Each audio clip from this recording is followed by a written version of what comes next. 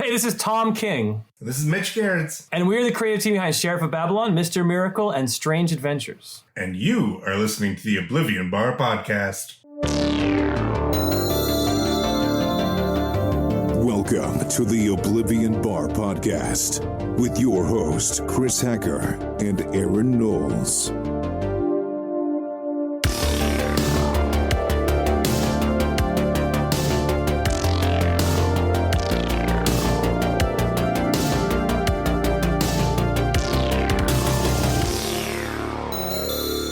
Hello, everyone, and welcome to episode 176 of the Oblivion Bar Podcast. I'm Chris Hacker, your Paddington lookalike on his way to Peru. And joining me is the world's #1 Ochi Wrangler, my co-host and BFF, Aaron Knowles. Chris? Yeah. Can I give you a little hint that'll make you popular? You're gonna make you popular. Let's get to Wicked Part 2 already. Let's just skip the rest of the list. We'll just start talking about Wicked Part 2. Just time travel or put me into a coma and wake me up for Wicked Part 2. Yeah. Everyone, you can just go ahead and use that little it's 15-second fast forward button on your podcasting. Just hit platform. it 64 times. Yeah, just hit it until about Roughly. the hour mark when we start talking about Wicked Part 2. That's in reference to last week, Aaron, which is when we covered Gladiator 2 and Wicked Part 1. But this week on the Oblivion Bar Podcast, we are talking about our most anticipated films of 2025, which is one of our favorite segments each year. Is it? I think it is. Yeah, it definitely is. Yeah, I was gonna say, we are always excited about this. It's basically like for me, it's like the Super Bowl because there's all the good trailers come out. Yeah. You know? Yeah. And it's the only reason I watch the Super Bowl. Yeah, the me commercials too. and the trailers. Go sports. The last time I ever watched the Super Bowl was the Like Vikings? actively watch? Actively watch it. It was like the Vikings, I think, when the power went out and like there was no lights. Oh, no, you're thinking, actually, it's funny that you said that. That wasn't the Vikings. It was the Ravens and the San Francisco 49ers in Was New it? Orleans. Oh. And I'm a diehard Ravens fan, Aaron, as you know. But we're not talking about football today, Aaron. We're talking about movies. Football. We got a lot of movies to cover. Football. And I think a lot of these movies that we're talking about today will get trailers during the Super Bowl. Yes, exactly. That's it was called a segue, Chris. I'm trying to get better at it. Great job. There Thanks. you go. All right. Well, let's tell everybody how they can support the Oblivion Bar Podcast. As you hear us talk about during every single episode, we'll make it quick this week. If you want to support the Oblivion Bar Podcast, you can do it over on Patreon. Patreon.com/Oblivion Bar Pod. For your support, you could gain access to a bonus episode each week called The Grid, which is sort of our weekly info dump, just sort of whatever we don't talk about here on the normal show. We bring over to the bonus show. Sometimes we trauma dump. Sometimes, like we did last week. That's what we did. We spent the first 20 minutes talking about trauma, which if that's interesting to you, you have that over there. I won't say it was trauma. It was just discussing like my mental health currently, which is not necessarily traumatic, Right. but it was discussing. It was like, yeah, we get that's the thing though. The Grid is amazing and people should want to be there because it literally is just us like talking so transparently. And I love it. It's yeah. We weren't really trauma dumping. We were just sort of circling the arena of trauma and like talking about how we deal with it. Yeah, exactly. Well, Exactly. over there on Patreon, of course, you can get a behind the scenes look at how we prepare each episode with our episode transcripts, what we're using today. You can get a look at those. You get Patreon polls over there as well and a bunch of other exclusive goodies. So go give it a shot. 7-day free trial over at patreon.com/Oblivion Bar Pod, or check out the link in our show notes. Aaron, without further ado, what do you say we get into our most anticipated films of 2025? What about just one ado? Without one ado, without further previous Without- ados? Without one ado. Let's get into our most anticipated films of 2025. Main topic.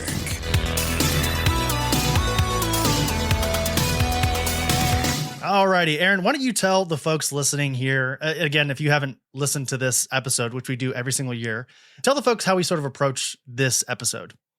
So this is, for lack of a better word, just a look forward at the upcoming year, the imminently approaching year, and the amazing movies or less than amazing movies that are coming out. So we take a list that we find a pretty full list of the 2025 or the following years what would you call it? Like announced film list. Yeah. And we go through, we do a marathon of trailers. And we kind of just list what we're excited about and what we're not excited about. And then, it's just it's a fun way to be like, okay, this movie looks like absolute like dog shit, or this one looks insane and good, Right. and that's the crazy thing is, as we do that, there are some that we'll watch again and we'll be like, you know what, at the beginning of this trailer hearing the announcement, I was like, no, this is gonna be crap, but after seeing the trailer, it looks phenomenal, or after hearing who signed up for it, it's gonna be that much better, or after seeing, like, one example we'll get into is the cast in general, which is going to be problematic. Foreshadowing. Yeah. So yeah, it's just, I mean, if add to that, if I've said anything wrong. No. I think you surmised it quite well. I will say that, like, here on the Oblivion Bar, as most people know that listen to the show often, movie reviews are sort of a central pillar of our show. We are often watching movies and reviewing them here on the podcast. It's one of Aaron and I's favorite activities to get together after going to the theater and watching a brand new film, whether it be a blockbuster, a neon film, A24, what have you, Disney, Pixar, whatever. We like to get on here on the show, give you guys some fun facts, talk about how we felt about it. What's funny is that Aaron and I, we often align on how we feel about movies, but every once in a while, there is a time where we don't agree, and that often makes for a fun conversation. We're not ever going to fish for that type of altercation, but it is fun, a la like the Flash review from last year, where we don't agree on our thoughts on it. Also, I think like Furiosa, we didn't necessarily agree on as well. I think you liked it maybe a little bit more than I did. But I will say that, like, 2024 was a really odd year.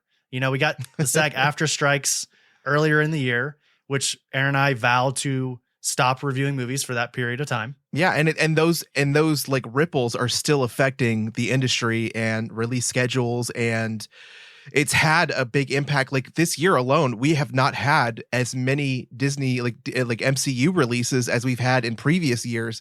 Just big budget in general. Yeah, just in regards to those strikes. Yeah, but also the fact that it's given the studios a lot of time to kind of take a step back and review what they're releasing, how often and what quality they're releasing. So I think, calling 2024 a weird year is an understatement. Mm-hmm.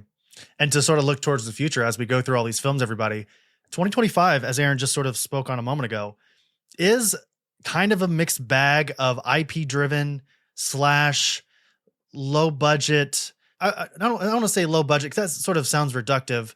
I would say just sort of more interesting tries from some of these bigger studios. Swings. Yeah, absolutely. And one of the things that I really love about 2025 is that if you go back and listen to our Wicked and Gladiator 2 review from last week, we sort of talked about how all of 2024, the top 20 movies grossing wise, I think it's domestically, only 2 are original films, and only one of them is like a wholly original story. The other one being The Wild Robot, which was a book before that. The other 18 movies are all sequels or prequels or IP driven something. Not a good deal. We don't love that. Aaron and I, we are absolutely shackled to Disney, Warner Brothers, Marvel, DC, Tied Star to the Wars, train tracks. all the things. Yeah, we are total shills. We totally get it. Most of the movies that we cover here on the show are IP driven films. That doesn't mean that Aaron and I only love those types of movies. So we're going to get into sort of a all encompassing list here. Now, Aaron, I'm going to start us off with January here. So on January 3rd, we have The Damned. Now, speaking of films that aren't, necessarily IP driven. And again, as Aaron said earlier, we went through and watched all of these trailers before we sat down and watched the door. Before we sat down and did this episode. Now this is being directed by, and Aaron, please help me if I mess any of these names up, Thorder Pálsson. Pálsson. Yeah. So 19th Century Widow has made an impossible choice when, during especially cruel winter, a foreign ship sinks off the coast of an Icelandic fishing village.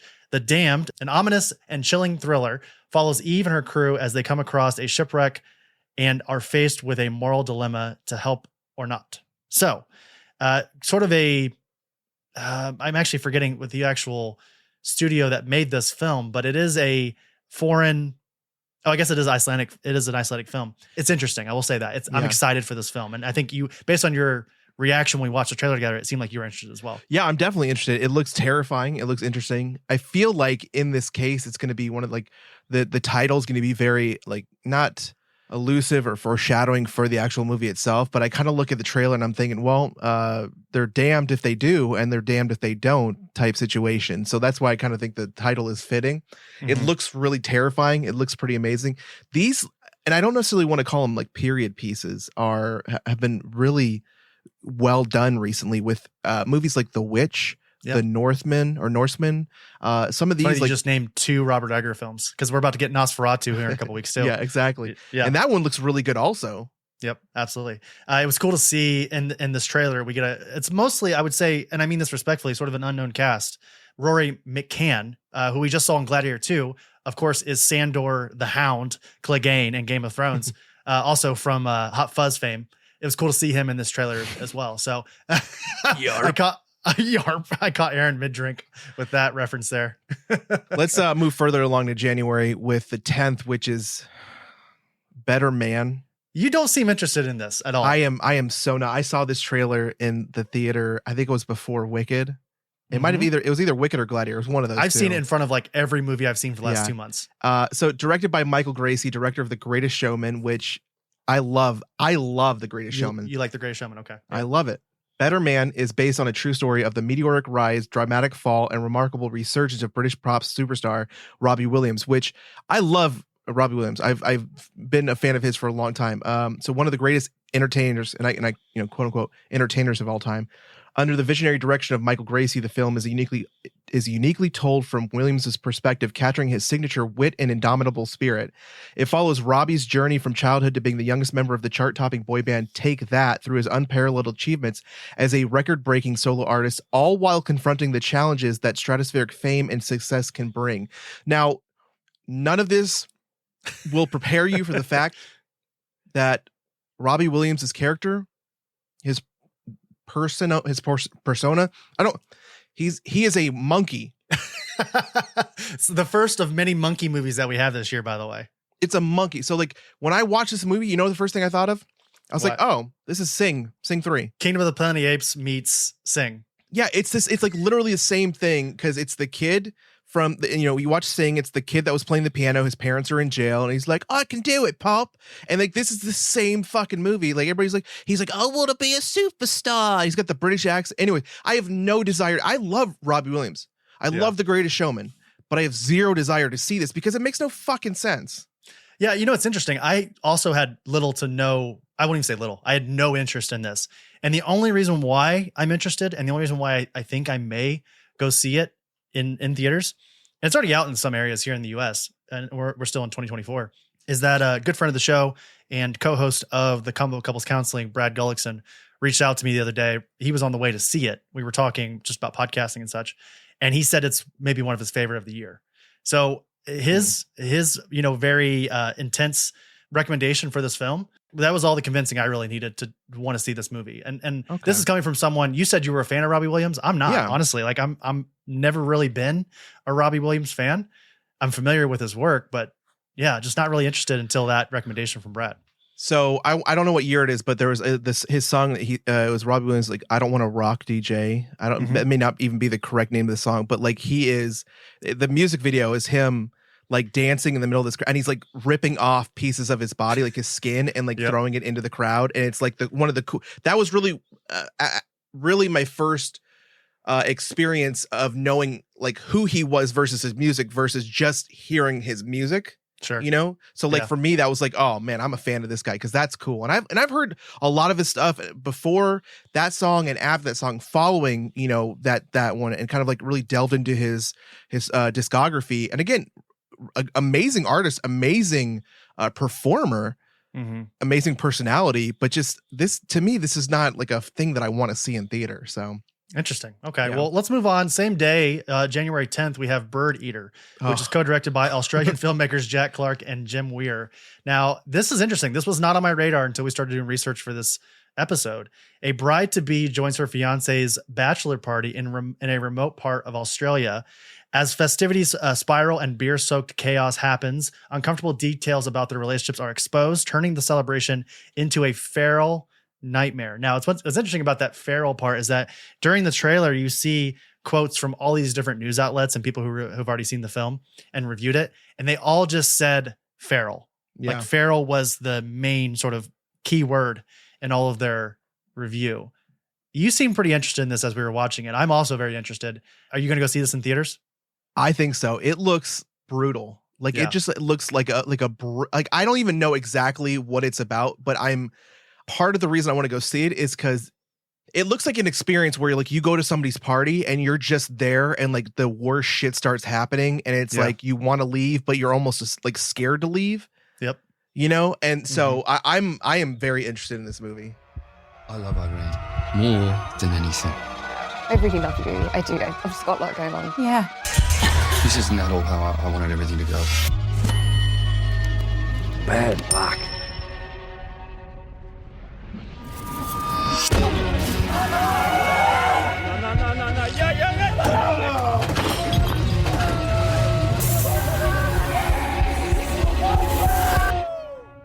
When I told the boys you were coming, they got so excited.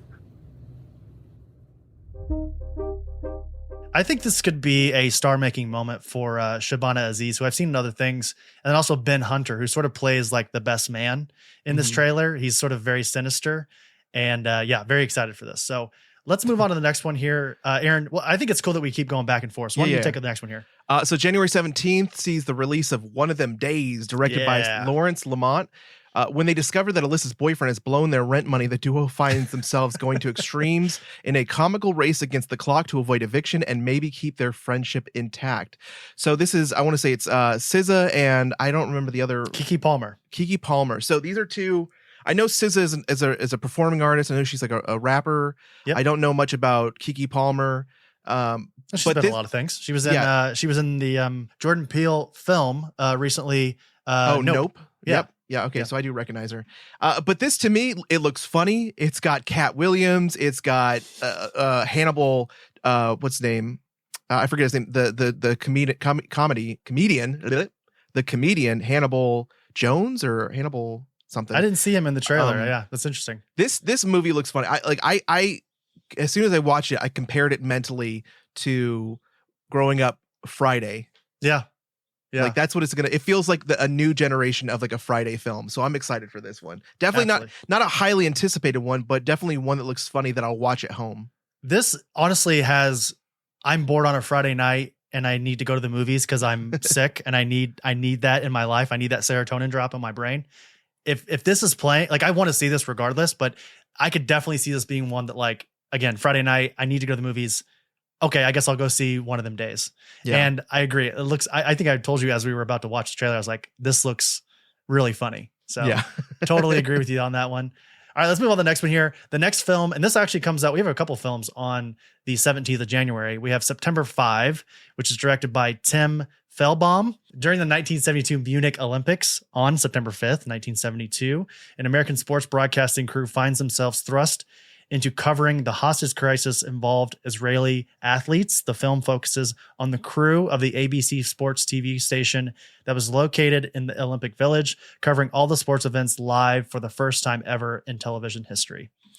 This looks really good. This is the kind of film that we need to make more of. This is again, I say this respectfully, low budget sort of thriller.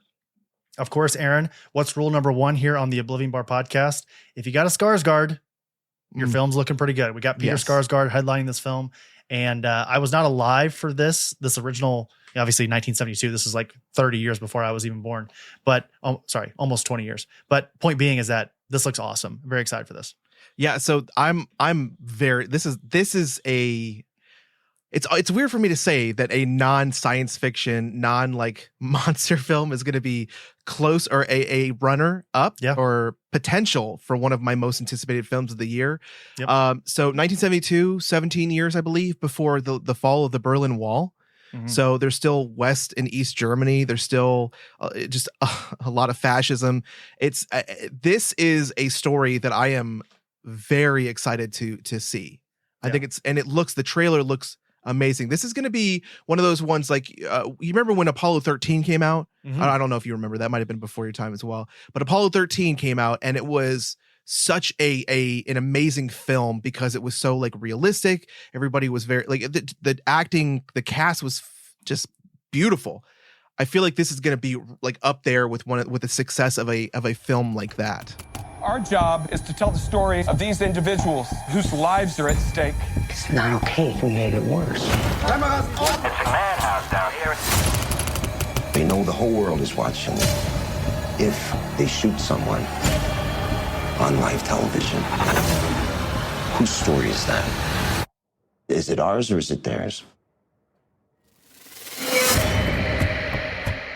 What's the next one we have here on January 17th?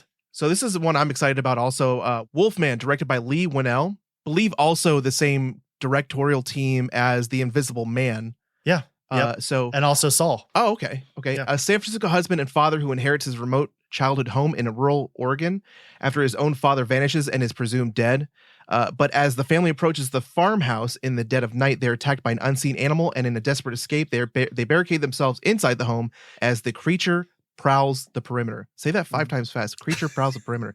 As the night stretches on, however, Blake begins to behave strangely, transforming into something unrecognizable, and Charlotte will be forced to decide whether the terror within the house is more lethal than the danger without. Now, just to go real quick, like the fact that this was created also or directed by the same team as The Invisible Man, this leads me to believe that they are still trying to bring out this dark universal universe. dark verse. Yeah. Yeah. So like I like it. I love it because this trailer looks phenomenal. Right. It looks scary as shit. I love a good Wolfman movie. Mm-hmm. A good lycanthropy,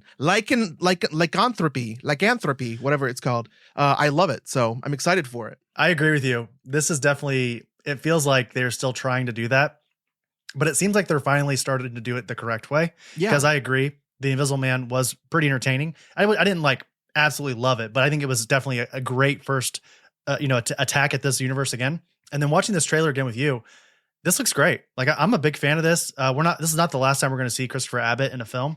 We'll see him later on in the year, but also Julia Gardner of Ozark fame, who we'll also see in Fantastic Four: First Steps as Aaron. Wanda Maximoff. Elizabeth. That's Elizabeth Olsen. She's gonna be a Silver Surfer. I know. I'm just kidding. I don't know. I don't think she's gonna be obviously Norrin Radd. I think she's gonna be the Shala Ball version, the Universe X version. Norrin's supposed to show up in the film potentially. Anyways. Yeah. I mean, I don't know. We have no idea. I'm wearing a Fantastic Four shirt, everybody. We're getting ahead of ourselves. But yeah, I will say that like Norrin could show up, but as of right now, Julia Gardner is slated to be the Silver Surfer. Whatever actual character she ends up being, we don't know yet. But anyway, this looks good. Excited for this.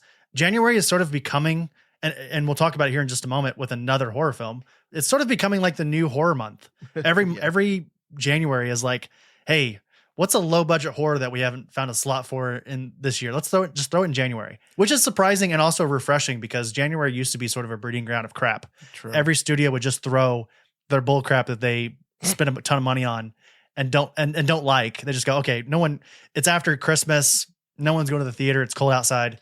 Throw it in January. But now this looks like a pretty good slate overall. So up next, very excited for this one. Again, speaking of horror films, we have Presence, directed by Steven Soderbergh. Steven Soderbergh directing his first horror film of Ocean's fame, also a ton of other films. But a family moves into a suburban house and becomes convinced they're not alone. Soderbergh returns to Park City with a film shot entirely in one location that will haunt audiences of its otherworldly and consistently awe-inspiring visuals, working with the taut. What's a taut? T-A-U-T. Oh, maybe like a tight, like it's like taut is like tight. So it's like maybe like a very like condensed script. Sure. I mean, that makes sense. It feels like a lot of this is in camera and sort of personal. And Aaron and I sort of, well, let me finish here. Mysterious script by Nope, and then featuring an exciting cast of known and unknown actors. Presence is a thrilling cinematic ride that reviles Soderbergh's status as an icon in American independent film. Yeah, duh. Okay, Soderbergh's one of the best of all time. And I agree that it's one of those, we sort of speculated, and we don't know this for a fact, that this is from this perspective of the ghost in the house. They tout this as sort of a very unique haunted house film, and sort of the camera angles and the way some of the shots are set up. We're thinking this might be from the ghost perspective, right? Yeah, it's very the camera work is very floaty. You're also standing there like it's almost. I think the perspective of the ghost is kind of intended to raise your anxiety, like somebody's going to see you. It's almost like you're like peeping on someone. Exactly. In these shots. Yeah. So now it's supposed to make you uncomfortable from both perspectives. Like A, the fact that this family is possibly going to see you, and B, like the fact that you're you're an intruder, you're a presence in their home. So Right. Next up, we got our next week of release, which is what? I'm just laughing at this next entry. Oh. January 24th. I don't know if I'm interested or not. I can't tell yet. Flight Risk, directed by Mel Gibson, which is the first red flag. Academy Award nominee Mark Wahlberg plays a pilot transporting an air marshal, Michelle Dockery, accompanying a fugitive, Topher Grace, to a trial. As they cross the Alaskan wilderness, tensions soar and trust is tested, as not everyone aboard is who they seem. And it's funny because I want to say it was Predators. Mm-hmm. With what was it, Brody? Like one of the what is his name, Brody something. Where Topher Grace was like the unassuming like serial killer. Yeah. So, yep. that reminds me of like this is like before he gets sucked up into some kind of portal and sent to Predator Planet. But this just looks silly. You got a very balding Mark Wahlberg in this, and he's. I didn't even see the trailer. And I was like, oh, that fucking accent's gonna go ASAP. Y'all need a pilot? Y'all need a pilot? They love that tagline. That's on the poster. It's like the tagline underneath the in the trailer. It's the last line in the trailer. They're leading into whatever that is. So, and of course, as you said, Mel Gibson directing this. Not that Mel Gibson's a bad director. He's done some good stuff. Great director. He's a terrible person. Really odd person also. And this is also not the last time we'll see him in 2025. You think he's there to help? He's there to shoot you down. Come on, damn it!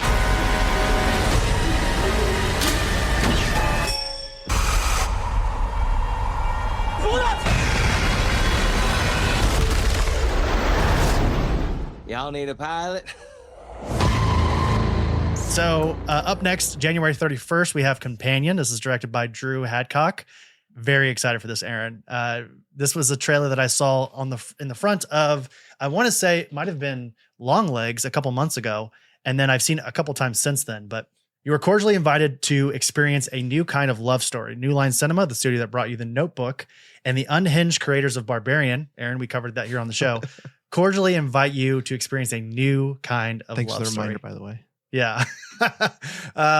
This is good. I'm very excited for this. Of course, we've got a good look at Jack Quaid. I don't think I've seen him in a ton of movies. Obviously, he's from The Boys, and he's done a couple other things here and there. But I will say what's the most glaring perk of this film is Sophie Thatcher of Herrick fame, recently of A24. She's also in Yellow Jackets.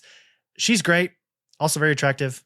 That's the side point. But she's also, she seems like the headline in this film. And of course, again, the Barbarian crew being in charge of this is very interesting. So the thing that throws me off, though, is that, and I love it, I think it's such a good strategy for this marketing of this movie, is that it opens up with, from the studio that brought you The Notebook. Yeah, it's got like a soft violin in the background. Yeah, and it's like you think it's gonna be like a shitty love story, and then all of a sudden it's like it just turns into this again unhinged fucking batshit movie where it's watch the trailer, people. It's insane. It looks crazy. We're moving into February now. That was all of January, so we have a lot to look forward to just in January. But now we're moving into February. February 7th is Heart Eyes, directed by Josh Rubin. Two co-workers, Olivia Holt and Mason Gooding, are mistaken for a couple by a murderer in Seattle on Valentine's Day. Forced to evade the killer, they must navigate the city's romantic landscape while also working together to survive. And I didn't even know like this movie was even a thing until like a couple months, like maybe like a month ago. I saw the poster for it in a real cinemas, and I was like, oh, that looks stupid. But it's gonna be like a, what do you call it, like a kitschy kind of murder movie. Yeah, it'll be just like your normal slasher. And I think it said it's from the producers of the Scream franchise. So love that. I think it looks good. I think this would be a really fun Valentine's Day date night movie. It's got a Sam Raimi almost look to it slightly. Yeah, absolutely. Up next here, again on February 7th, we have Love Hurts, directed by Jojo Eusebio. Ki-hee Kwan is back, stars as Marvin Gable, a realtor working in the Milwaukee suburbs. He receives a crimson envelope from Rose, Ariana DeBose, a former partner in crime that he had left for dead. She is not happy. Now Marvin is thrust back into the world of a ruthless hitman filled with double crosses, and open houses turn into deadly war zones. This almost kind of feels like an Amazon original film. Did you get that vibe in this? Oh yeah, it looks like this feels exactly like a streaming movie. Yep. And then we get a look of Marshawn Lynch, former NFL running back, in this movie as well. What is the fucking deal with getting him to star in like shows? Like I don't know. He's trying. like he was in Brooklyn Nine-Nine. He was in like so many, and he's just like I don't know. He's weird. I think he does like Subway commercials and shit. Oh yeah. He's trying hard to sort of get into the zeitgeist. He's also recently in Bottoms, which is a good film from last year as well. Yeah. So I this one looks funny. It looks enjoyable. Ki-hoo Kwan is I love he's him. So damn Jim. Anything he does, I'll watch he's for sure. Fucking national treasure. That's right. Was it Bully Blinders? So next up we got Bring Them Down. Same day, February 7th, Bring Them Down, directed by Chris Andrews. Michael, played by Christopher Abbott, this last son of a shepherding family, lives with his ailing father, Ray Colmini.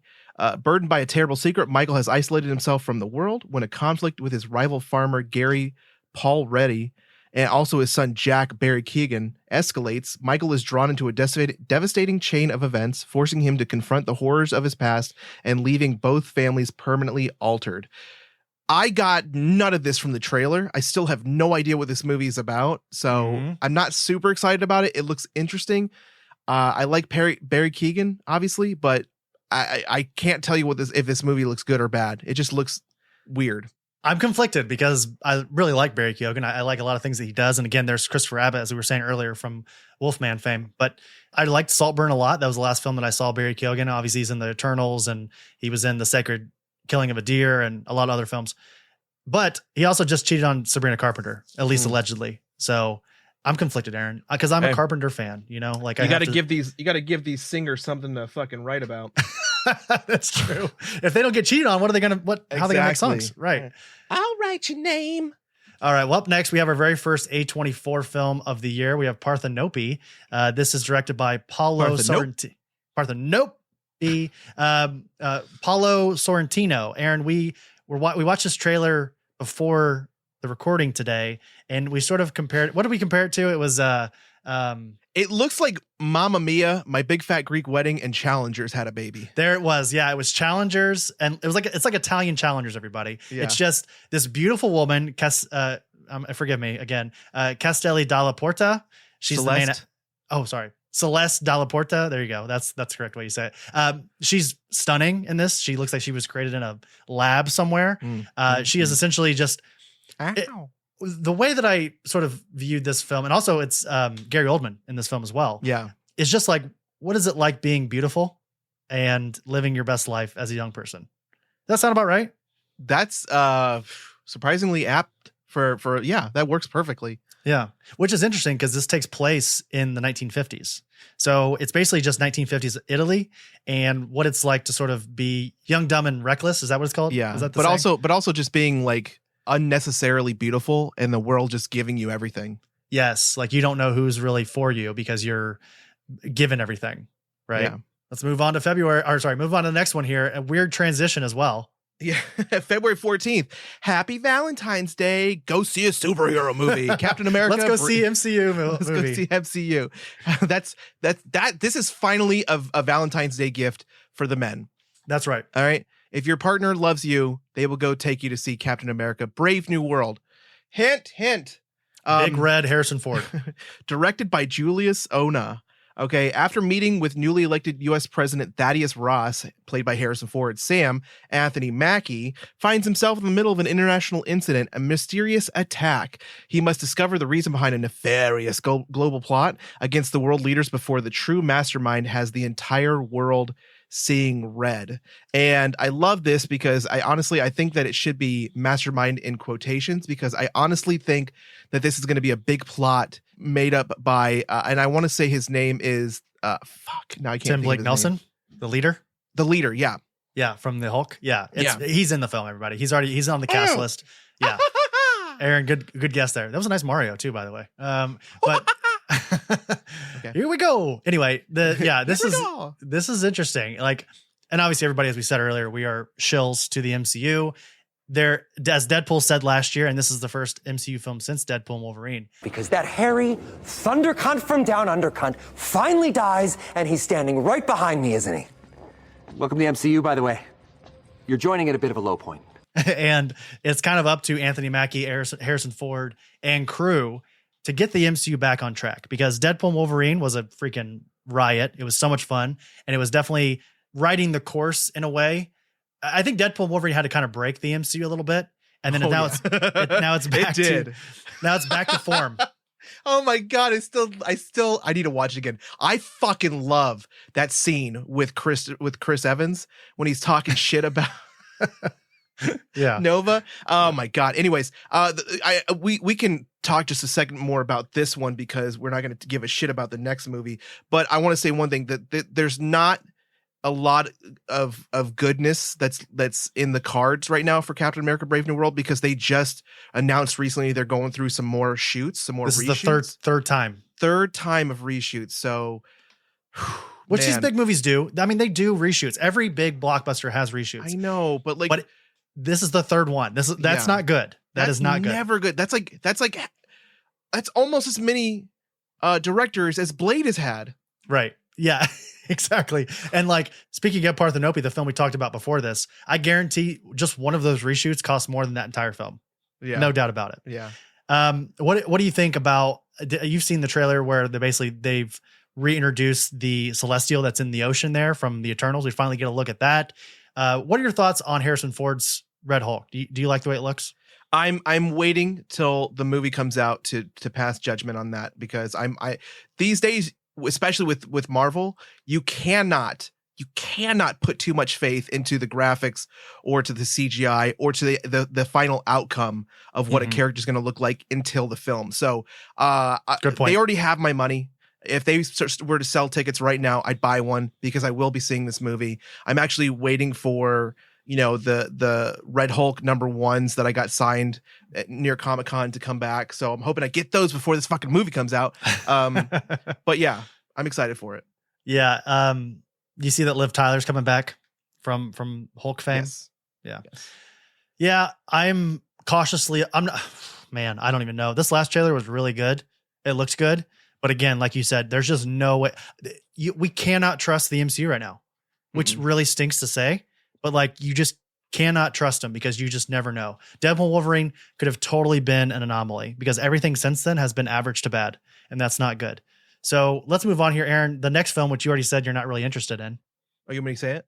Oh, just Paddington in Peru. I was going to let you have that one, but yeah, I'll say Paddington in Peru, man. Directed by. You want me to go over it? Oh no, I'm sorry. You took Captain America. I apologize. Yeah, Paddington Peru. This is directed by Dougall Wilson. This is a new director. The first two Paddington films, sort of unknown hits. Like, people really love those films, but this one, new director and with Wilson, and it just looks really silly and sort of nothing. I have not watched a single one. I've not watched there's been like Rin Tin Tin movies. Like, some of these, like, I understand bringing back what's old is new again, but there's certain things you just leave in the fucking past, man. And nobody gives a rat's ass about Paddington.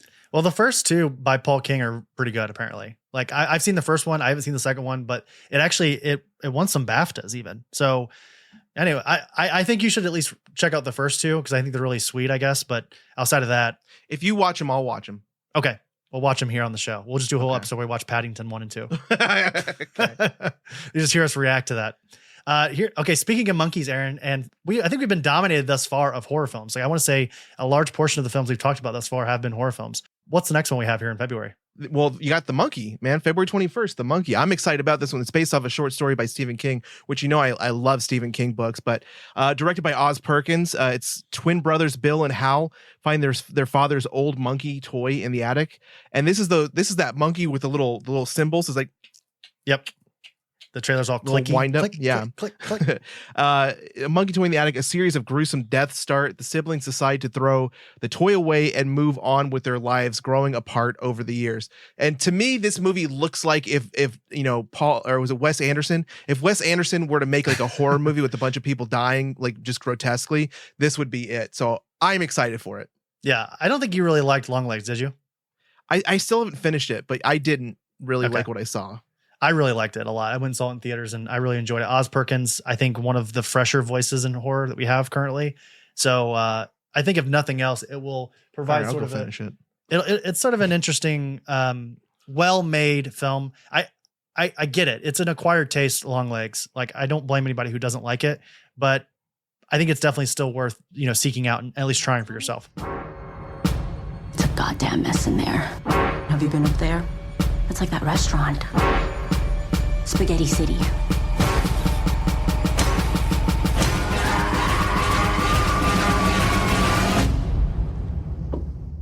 Everything okay up there? Yeah, everything's fine.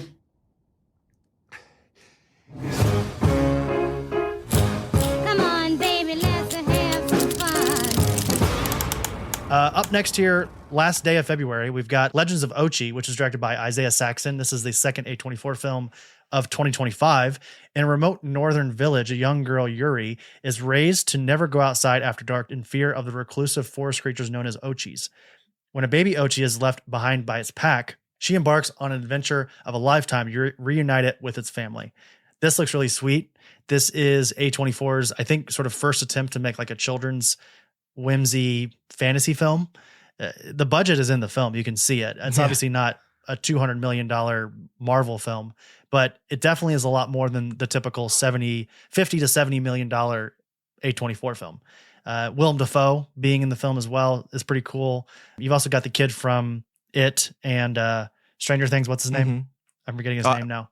I think it looks exciting. It reminds me of, again, it's kind of a mix of, I'm not going to say the Goonies, but kind of Gremlins. With the Ochi looks like kind of like a gremlin mogwai looking thing. It's interesting because it looks like it's meant to be in like almost like a Norway, like a Finnish, like some kind of Netherlands like village. But when Willem Dafoe comes out, he's got like this armor on, and it very much feels almost How to Train Your Dragons. Yeah. So it's like it's got so many different like feelings of these fantastic worlds already built into it. There's a animated show that was on, I think it's called like Greta or something like that. That was super cute, and it was like where she dealt with like these kind of fantastic creatures where everybody else was kind of afraid of them. Sure. This has that same feel, but in like a live action, like almost like Gravity Falls type thing. It looks very awesome. I'm excited for it. Yeah. I was thinking of Finn Wolfman earlier, by the way. Yeah. Yeah. But also I want to say it's interesting. This is Isaiah Saxon's first feature film. Yeah. And actually we haven't really gone through it, but I think a lot of these early films in 2025 are being directed by first-time directors. So I think that's really interesting. I sort of like that idea. More voices out there, of course. Aaron, the next film that comes out on February 28th, I sort of pre-warned you before we watched the trailer that it was going to destroy you. Was I correct in my assumption? Yeah. There's only one thing that I did want to say about The Legend of Ochi, and it was Zawa. It kind of reminds me a little bit of Zawa. Okay. To be honest. Yeah. Has like I a can Zawa see that. feel to it. Yeah. Anyway, sorry. But yeah, my dead friend Zoe, which again, these are two movies that I'm excited about releasing on my birthday. My Dead Friend Zoe is directed by Kyle Hausman Stokes. My Dead Friend Zoe is a dark comedy drama that follows the journey of Merritt, a U.S. Army Afghanistan veteran who is at odds with her family thanks to the presence of Zoe, her dead best friend from the Army. Now, this is kind of an interesting look because at first you're like, is she suffering from like PTSD? Is she having like kind of like, is this like a mental thing that she's kind of a coping mechanism for a friend that she lost while she was deployed? Because when you're first watching the trailer, it's like her and Zoe at this support group for veterans. And then you find out that Zoe is not seen by anybody but Merritt. I know that when I watch this, it's going to be a hard thing to watch because there's going to be a lot of, drummed up feelings about loss, and I'm excited. I'm really, it looks like it's going to be a really like touching but funny, like good time feel movie. Yeah, agreed. I'm very excited for this. This is one that I'm definitely going to watch in theaters. Of course, Morgan Freeman being in it, but also Ed Harris, Looks like he's. I mean, both of those guys, two of our more seasoned actors, two of our greatest actors of all time. They're getting up there, man. I don't want to like put this in the universe, but I don't think we're gonna have either one of them for very long, both of them for very long. So I think seeing them in these films is just really cool. Next film, this is one that I think you're maybe like backwards excited about because of a certain actor in it, but Paul W.S. Anderson's back on his bullshit, coming in here with in the Lost Lands. Now, Aaron, this is going to be adapted from a George R.R. Martin short story. Did you know that? I just like looked into it, and yeah, I'm adding this to my list of definitely to watches because my girl's in it. Yeah, Milla Jovovich is going to be in it. She's going to co-star in it with Dave Bautista. So color me interested, I will say, based on those two being in it. But a sorceress travels into the Lost Lands in search of a magical power that allows a person to transform into a werewolf. So this has apparently been in development for many years, and it's just now finally being sort of put into production. So Paul W.S. Anderson, God, what a terrible filmmaker. I don't like anything he does. Even the movies that are like good accidentally are still bad. They just are fun to watch. I'm thinking of like Resident Evil and things like that. So, oh man. So this guy like literally has written he has created my guilty pleasure list, You talking about Paul W.S. Anderson? Yeah, I love Resident Evil. The movies are so bad, but they're so good. Death Race, sure. Monster Hunter. Monster Hunter was terrible, but I really enjoyed it. Nah. But he loves. Wait, are they married? Is that who her husband? Yeah, is? They're married to each other. That's why. Okay, that makes more sense now. Yeah, I was like, let me just go through his films over the last 22 years. Resident Evil. Give me a Bomb or Bop. Ready? Bop. Here we go. Bomb or Bop. So Resident Evil, 2002. Bop. Alien versus Predator. Bomb. Bomb. That's not even a question for me. Resident Evil Apocalypse. Bomb. Resident Evil Extinction. But here's the thing. I loved them. They're terrible, but I love them. So for me, they're bops. Okay. Death Race. Bop. Bop. That's a bop for me. That's a bop. Resident Evil Afterlife. Bop. Death Race 2. Bop. Resident Evil Retribution. Bop. We're just trading back. Death Race 3 Inferno. Bop.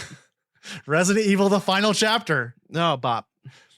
Death Race 4 Beyond Anarchy. Never saw it, so it's probably a bomb. And then Monster Hunter. That was definitely a bomb, but I enjoyed it. Okay. All right. Anyway, let's move on. God, he has a fucking type. Yeah, clearly.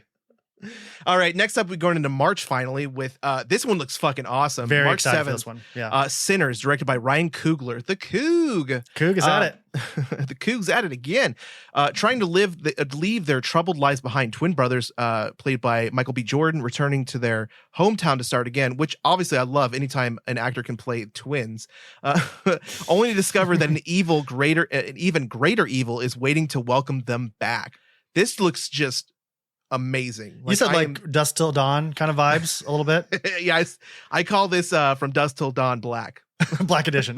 Black edition. Yeah. I think it looks awesome. It's like it has a very if you ever watch any of the show, was it it was the one that was like the Cthulhu show, Lovecraft Country. Lovecraft Country. Like this has like a feel like it's almost like the 1940s, 1930s, like the whole gangster era. Goddamn, Michael B. Jordan just looks fucking looking like a whole snack. Yeah, he's just like he's firing this Tommy gun like. The trailer looks phenomenal.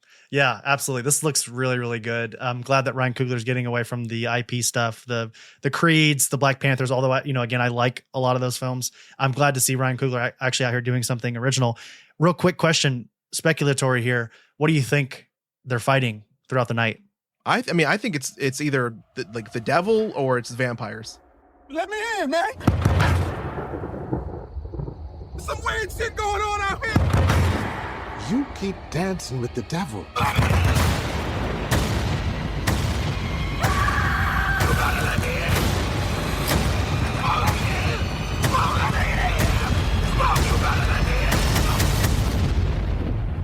One day he's gonna follow you home.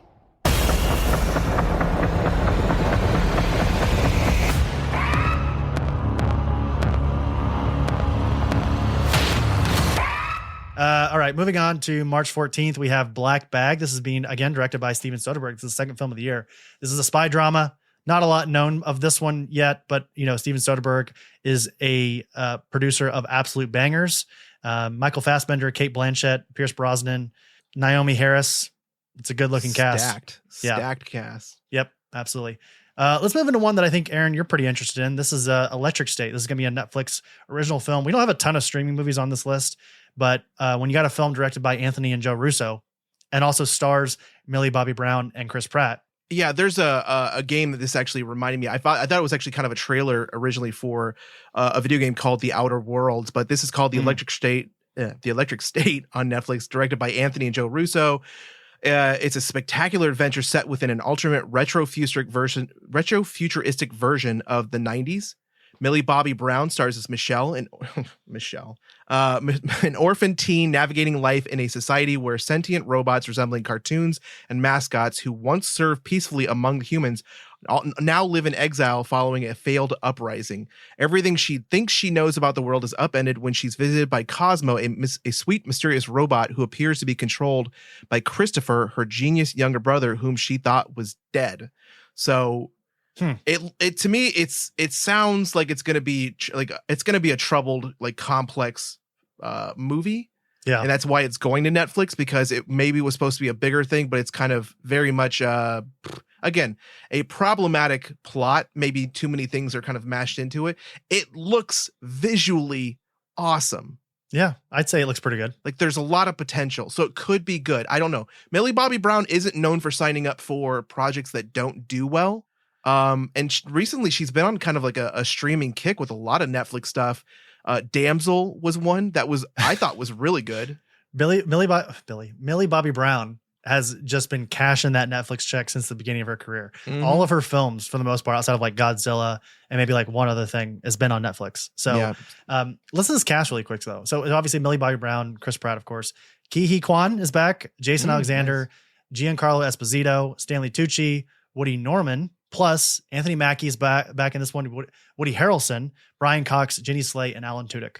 Nice. I would assume they would be voicing a lot of the robots in this film. So yeah, looks pretty good. Now, speaking of, things that don't look good, coming out on March 21st, we've got Disney's Snow White. This is being directed by Mark Webb. He's the one who did the Amazing Spider-Man Sony films. This looks terrible, Aaron. I'm not at all excited for this. This movie is just as doomed from Jump Street. Now, not only does it look bad, and we just saw what a good musical could look like with Wicked. It's $300 million crap is what it looks like, essentially. You got Rachel Ziegler, which, you got the incels already mad that she's a, Hispanic actor playing a normally white character. They're, of course, mad about that, which is stupid, but they are. Then you got, Rachel Ziegler, who is a notorious Palestine supporter, and you've got Gal Gadot, who is Israeli. So, like, there's that, of course. Not to mention Gal Gadot, terrible actor. Like, beautiful, yes. Great actor, absolutely not. She's proven it time and again that if she's not in an Amazonian suit, she shouldn't be in the film. Personally, that's my opinion. And then it's just CGI throw up. Like everything that I was nervous about with Wicked, with that first trailer, is the same thing I'm worried about with this 10 times folded. Not to mention all of the dwarves are completely CGI. Why didn't they just hire dwarf actors for these films? Like it's insane to me. So what are your thoughts on this? Oh man. So I think if there's a movie that deserved to be remade, and I don't mean the last like 13 versions of it, would be Snow White, simply because in its origin, Snow White has always been very problematic with racism, with, just lack of being considerate to people, like, again, dwarfs. Just there's like a lot of stuff that's problematic with Snow White, and in general, this is just, I don't know. I don't know if it's going to be good at all. I don't feel it could be amazing, but like anything can be good. In my opinion, like there's already been so many problematic reboots and tries with this. Like, to be honest, I don't know if you watched Once Upon a Time. There was a show. I think it was ABC. ABC. But that was like the woman who played Snow White in that movie was phenomenal. She is a fucking stepmother queen, whatever, like evil queen. She is perfect at that character. I don't see Gal Gadot really. I can't take her serious. I cannot take her serious. I can't. So to me, it's meh, whatever. Yeah. And also, like, Rachel Ziegler said in an interview back in April, she hated the original 1937 film and branded the story weird, saying that the stalker-like Prince Charming character who steals a kiss from the girl in a coma could not give consent. My God. Okay. I obviously agree with those things, but like, we're talking about a cartoon from the late 30s. Like, our culture was in a wildly different place, and there are ways to modernize the story as well. Also, that's not the fucking point of the movie. So I don't know. It just, everything about this feels doomed. And we have a question at the end of this episode that this will be the obvious answer for me with that. Okay. So if you were to remake this and you were to like do a modern tone to it, how is he supposed to wake her up? Like, is he supposed to like, excuse me, pardon me, excuse me, Miss White? Yeah. Can I kiss you to wake you up from this coma? Do I have full consent to Do I kiss have full you? consent to wake you up from this coma? And then like she just lays there because she can't give consent. So yeah, that's the whole spell. Like, that's how you break the spell. There's no loopholes. I'm sorry. It's just like, you got to break the spell. But like, I get it. At the same time, I get it. But it's like, yeah. What she's saying is not incorrect, but you're just wholeheartedly missing the point of the wonder of Snow White. Yeah, it's magic. Okay. Right. March 28th, we got a movie coming out, Levin's Trade, directed by David Ayer. Levin Cade left his profession behind to work construction and be a good dad to his daughter, but when a local girl vanishes, he's asked to return to the skills that made him a mythic figure in the shadowy world of counter-terrorism. Now, we don't really have too much going on this. Writer is Chuck Dixon. If am I correct to think that that's the same Chuck Dixon that created fucking Bane? Yeah, interesting. It's the comic book writer. Yeah. And also, who's the other writer on this, Aaron? Sylvester Stallone, man. Starring Jason Statham, Michael Pena, and David Harbour. So this, I don't know. Interesting. I'm not gonna poop on it. Yeah. Well, you know what is interesting, Aaron, also is in April 4th, we have the Minecraft movie. Ugh, that's not interesting. Now listen, Aaron and I, we've been known to craft here and there. We're not above a craft. We've crafted a mine or two. From time to time. A mine. Sorry, not never mind. Anyway, this looks really bad, like really, really bad, like historically bad. They take everything we just said about the Snow White film and how bad that looks. This looks equally as bad, and also it doesn't help that the cast is not great either. That said, I'm still going to go see it because I love Minecraft. So they win, I guess. I don't know. The cast includes Emma Myers, Danielle Brooks, Sebastian Eugene Hansen, Jennifer Coolidge, Jack Black, and Jason Momoa. Of course, Jennifer Coolidge is going to be in Jesus. Wow. Wow. Is that are these cubes? Is that a creeper? Is that a creeper? You sound like little Nicky. Popeye's chicken is fucking awesome. Minecraft is fucking awesome. Aaron, okay, April 11th. Here's one that Minecraft is basically reverse Jumanji, by the way. Yeah, exactly. It's just same story as Jumanji, and Jack Black, but different somehow. But April 11th, this is a film that, this is a little peek behind the curtain, everybody. When I sat Aaron down to look over all these movies, he was like, this movie looks crap, whatever. We watched a trailer, Aaron. Now what are your thoughts? Man, this movie looks fucking insane. April 11th, The Amateur, directed by James Hawes. All right, Charlie Heller, played by Rami Malek. Rami Malek, yeah. Potato. Is a brilliant but deeply introverted decoder from the CIA working out of a basement at headquarters in Langley, whose life is turned upside down when his wife is killed in London in a London terrorist attack. His supervisors refuse to take action. He takes matters in his own hands, embarking on a dangerous trek across the globe to track down those responsible, his intelligence serving as the ultimate weapon for eluding his pursuers and achieving his revenge. This trailer is an unassuming bop. I don't know if kids say that these days, but it looks awesome. You know what we say here on the Oblivion Bar? Bop. It's a bop. Yeah, bop. I'm excited for it. Rami Malek is an amazing actor. Mhm. Mr. Robot, Bohemian Rhapsody. It just he has done so well, and I'm excited to see him in this role because, again, he plays kind of like this odd. To me, this is the same character that he played a little bit in Mr. Robot, so he's got it down packed. But to see him take that next step into being, there's like a scene in the trailer where he's like on the roof and he's like approaching this guy in a pool, and it's almost exactly like episode 1 of The Arrow. So it's like, you failed the city. So I find it funny, but I honestly, this is potentially one of my most like anticipated. Sure. When we get to that part of the list, that will be on it. Yeah. We got Lawrence Fishburne in this one. Also Rachel Brosnahan, and John Bernthal, who you really like. So yes, looks good. What did I say at the beginning? I was like, it's going to be like the fucking Punisher, right? Because he was almost like the what's his name, Microchip. Yeah.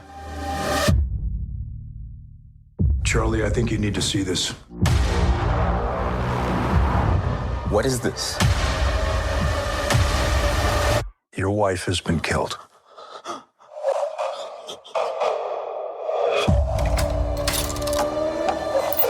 What you do is very important to what we do. Let us handle this. I want mission-specific training, cash, and a new identity.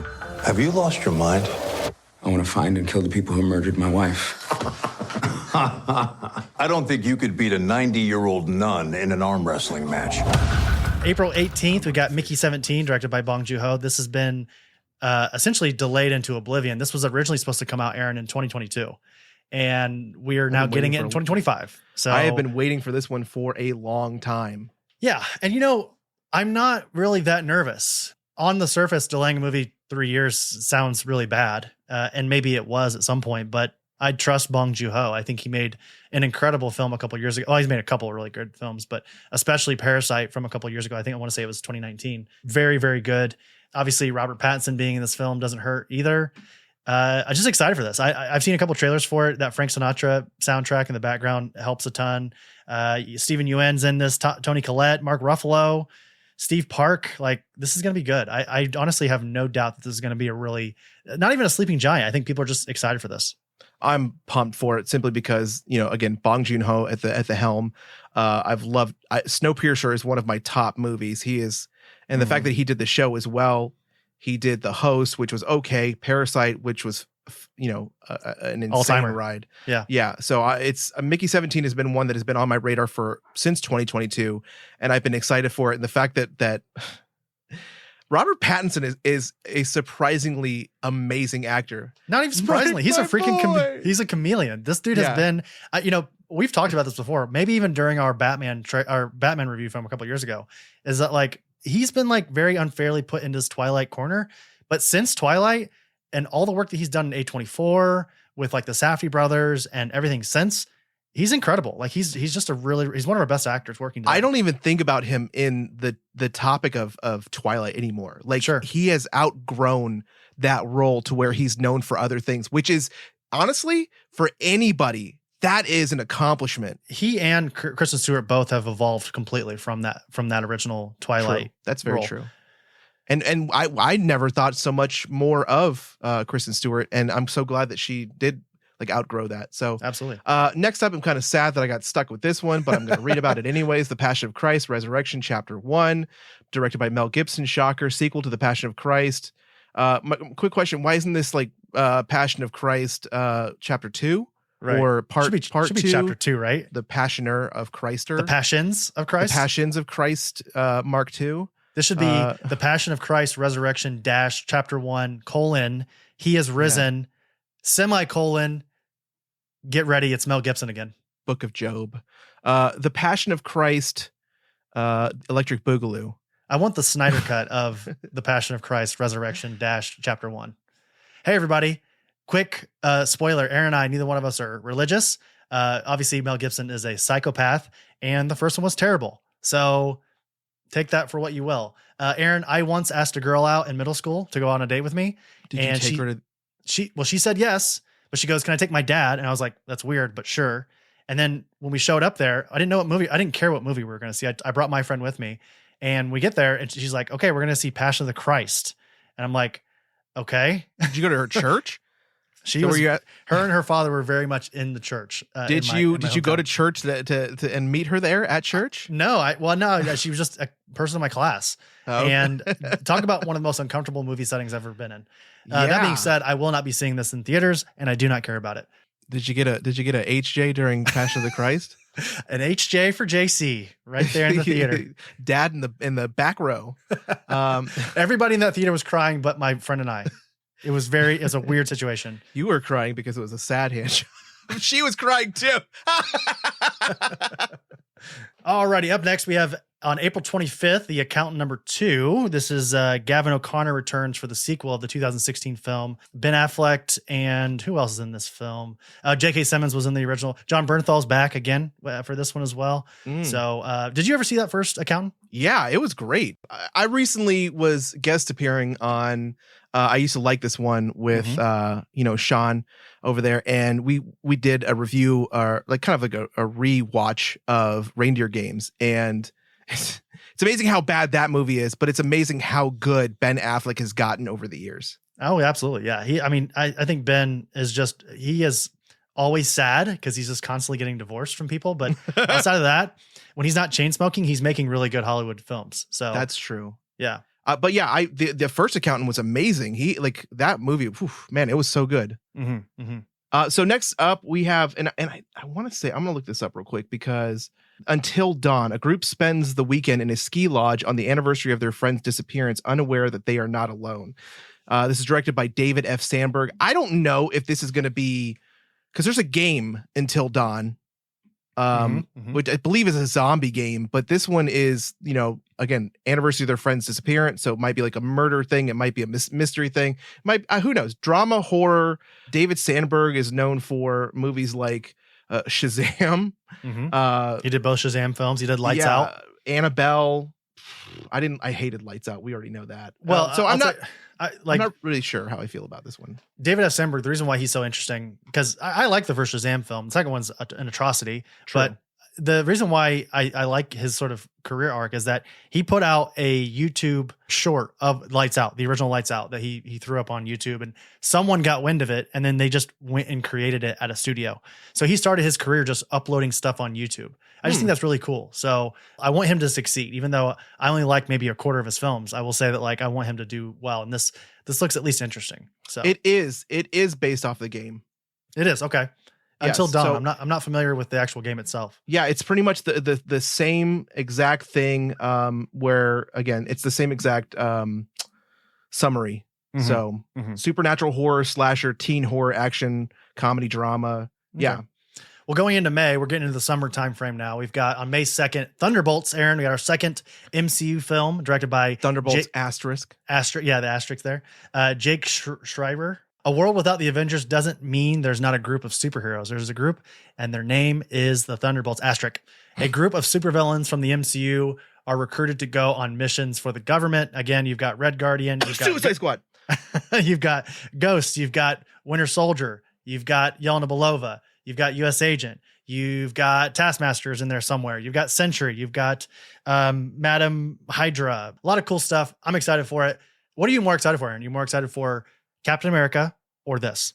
It's a toss up. It's 50-50. Really? There's no winner there? There's no winner there. I am super excited for Captain America, but I'm concerned.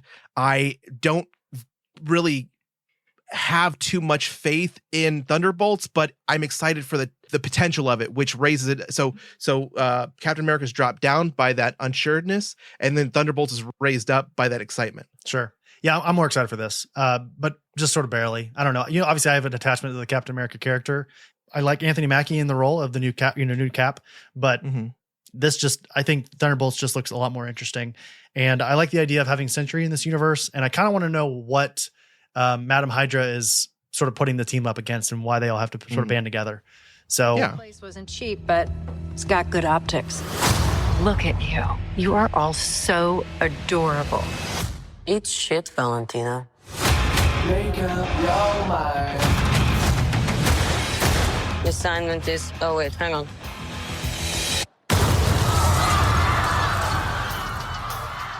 Assignment is complete. Yes, I do walk with What kind of super serum did you get? I don't know, regular. Hydra. Hydra. Oh, fancy. Who is this old Santa? May 9th, you got A Big, Bold, Beautiful Journey coming up, directed by Kogonada. An imaginative tale of two strangers and the unbelievable journey that connects them. Now, writer is Seth Rice, stars Colin Farrell, Margot Robbie, and Phoebe Waller-Bridge. Yeah. Did you ever see After Yang, A24 film? No, I don't think I've heard of that one. It's very good. He also directed that one as well. So the cast is incredible, as you just said a moment ago. Yeah. That's mostly the reason why I wanted to bring it up. But the next one here going into May 23rd, Lilo and Stitch, live action, Dean Fleischer camp. I don't care about Disney remakes, Aaron. I'm done with them. Snow White, this. I don't want any of it. It all looks bad. Lilo and Stitch looks bad. Moana 2, live action being filmed by the animated one, or live action Moana being filmed while Moana 2 is in theaters. So that right there is gluttony. It's gluttony. It's fucking the death of culture. Anyway, moving on. I'm excited for Mission Impossible: The Final Reckoning, which is May 23rd, also directed by Christopher McQuarrie. Dun dun dun dun dun dun dun. A continuation of the iconic Mission Impossible series, following Ethan Hunt, formerly. I'm just going to leave that one in there. Just keep it going. Mission Impossible. Keep it going. Formerly of the IMF, or the Impossible Mission Force, and the conclusion following Mission Impossible: Dead Reckoning Part 1. Impossible. Yep. I am excited for this because I like resolution. I finally want the ending to Dead Reckoning. I'm not going to lie. Like, I love a good Tom Cruise movie. And Mission Impossible is one of those series that's been a hit after hit after hit after hit after hit. And I love it. Even with, what's his name? Shotgun Fists. You know, I love that. Henry Cavill. Yeah. Henry Cavill. It's one of those things where, like, if this was to go for another 3 or 4 films, this would be on the same track as the Fast and Furious. And I mean that in like a positive way, because just like the Fast and Furious, the second one is the worst one, but the first one and everything after that is pretty good until you get to the later ones. Like, but for this, like the Dead Reckoning was pretty good. Right. And this one looks really good. I'm just wondering what they're going to do with Tom Cruise. Like, are they going to put him on ice? Like, if he's not out doing crazy stunts, what good does he have to the world outside of Scientology? The only other thing, I mean, he's got a lot, I'm sure, in the back burner. Oh, I'm sure, yeah. The only other thing I'm going to say about this, at least with Mission Impossible, there are like realistic ties to what's possible in the movies, unlike Fast and the Furious, which they go to fucking space. Okay. Next, it's pure fiction. Like, it is, like, at least at least Mission Impossible franchise has like at least a hand on the wheel of reality, whereas Fast and Furious has completely just jumped the shark. So May 30th, Karate Kid Legends. Aaron, are you as a kid of the 80s, are you at all excited to return to the Karate Kid verse? I am not excited at all. I saw the poster for it, and I'm like, Did you watch Cobra Kai on YouTube? No, I have not. It's pretty good, actually. I like it. I'm just wondering if they're going to have any of the other actors. It doesn't, like, on IMDb, they don't list any of the Cobra Kai people in that film, but we do get Ralph Macchio back. Jackie Chan is back. Now, here's my question. Is this the melding of the both Karate Kids?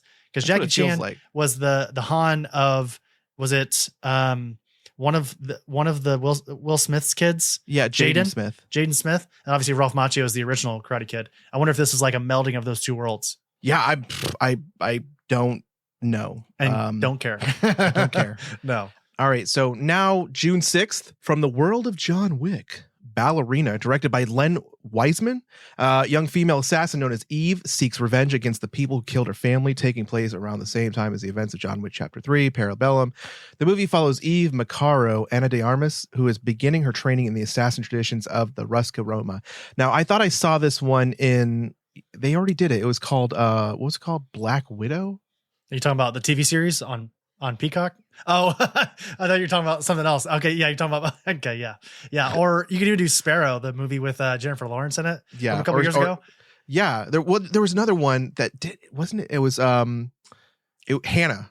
Oh, yeah. What's your relationship to the John Wick franchise? Because I don't know if it's a hot take for me to not really love the John Wicks. I like the first one quite a bit. Yeah. And then it seems like every subsequent sequel, I apologize to everybody that this hurts, but I get bored by each sequel after. It is a hot take. You love them? I don't love them. I do enjoy them quite a bit. Mm-hmm. They recently had a show called the Continental.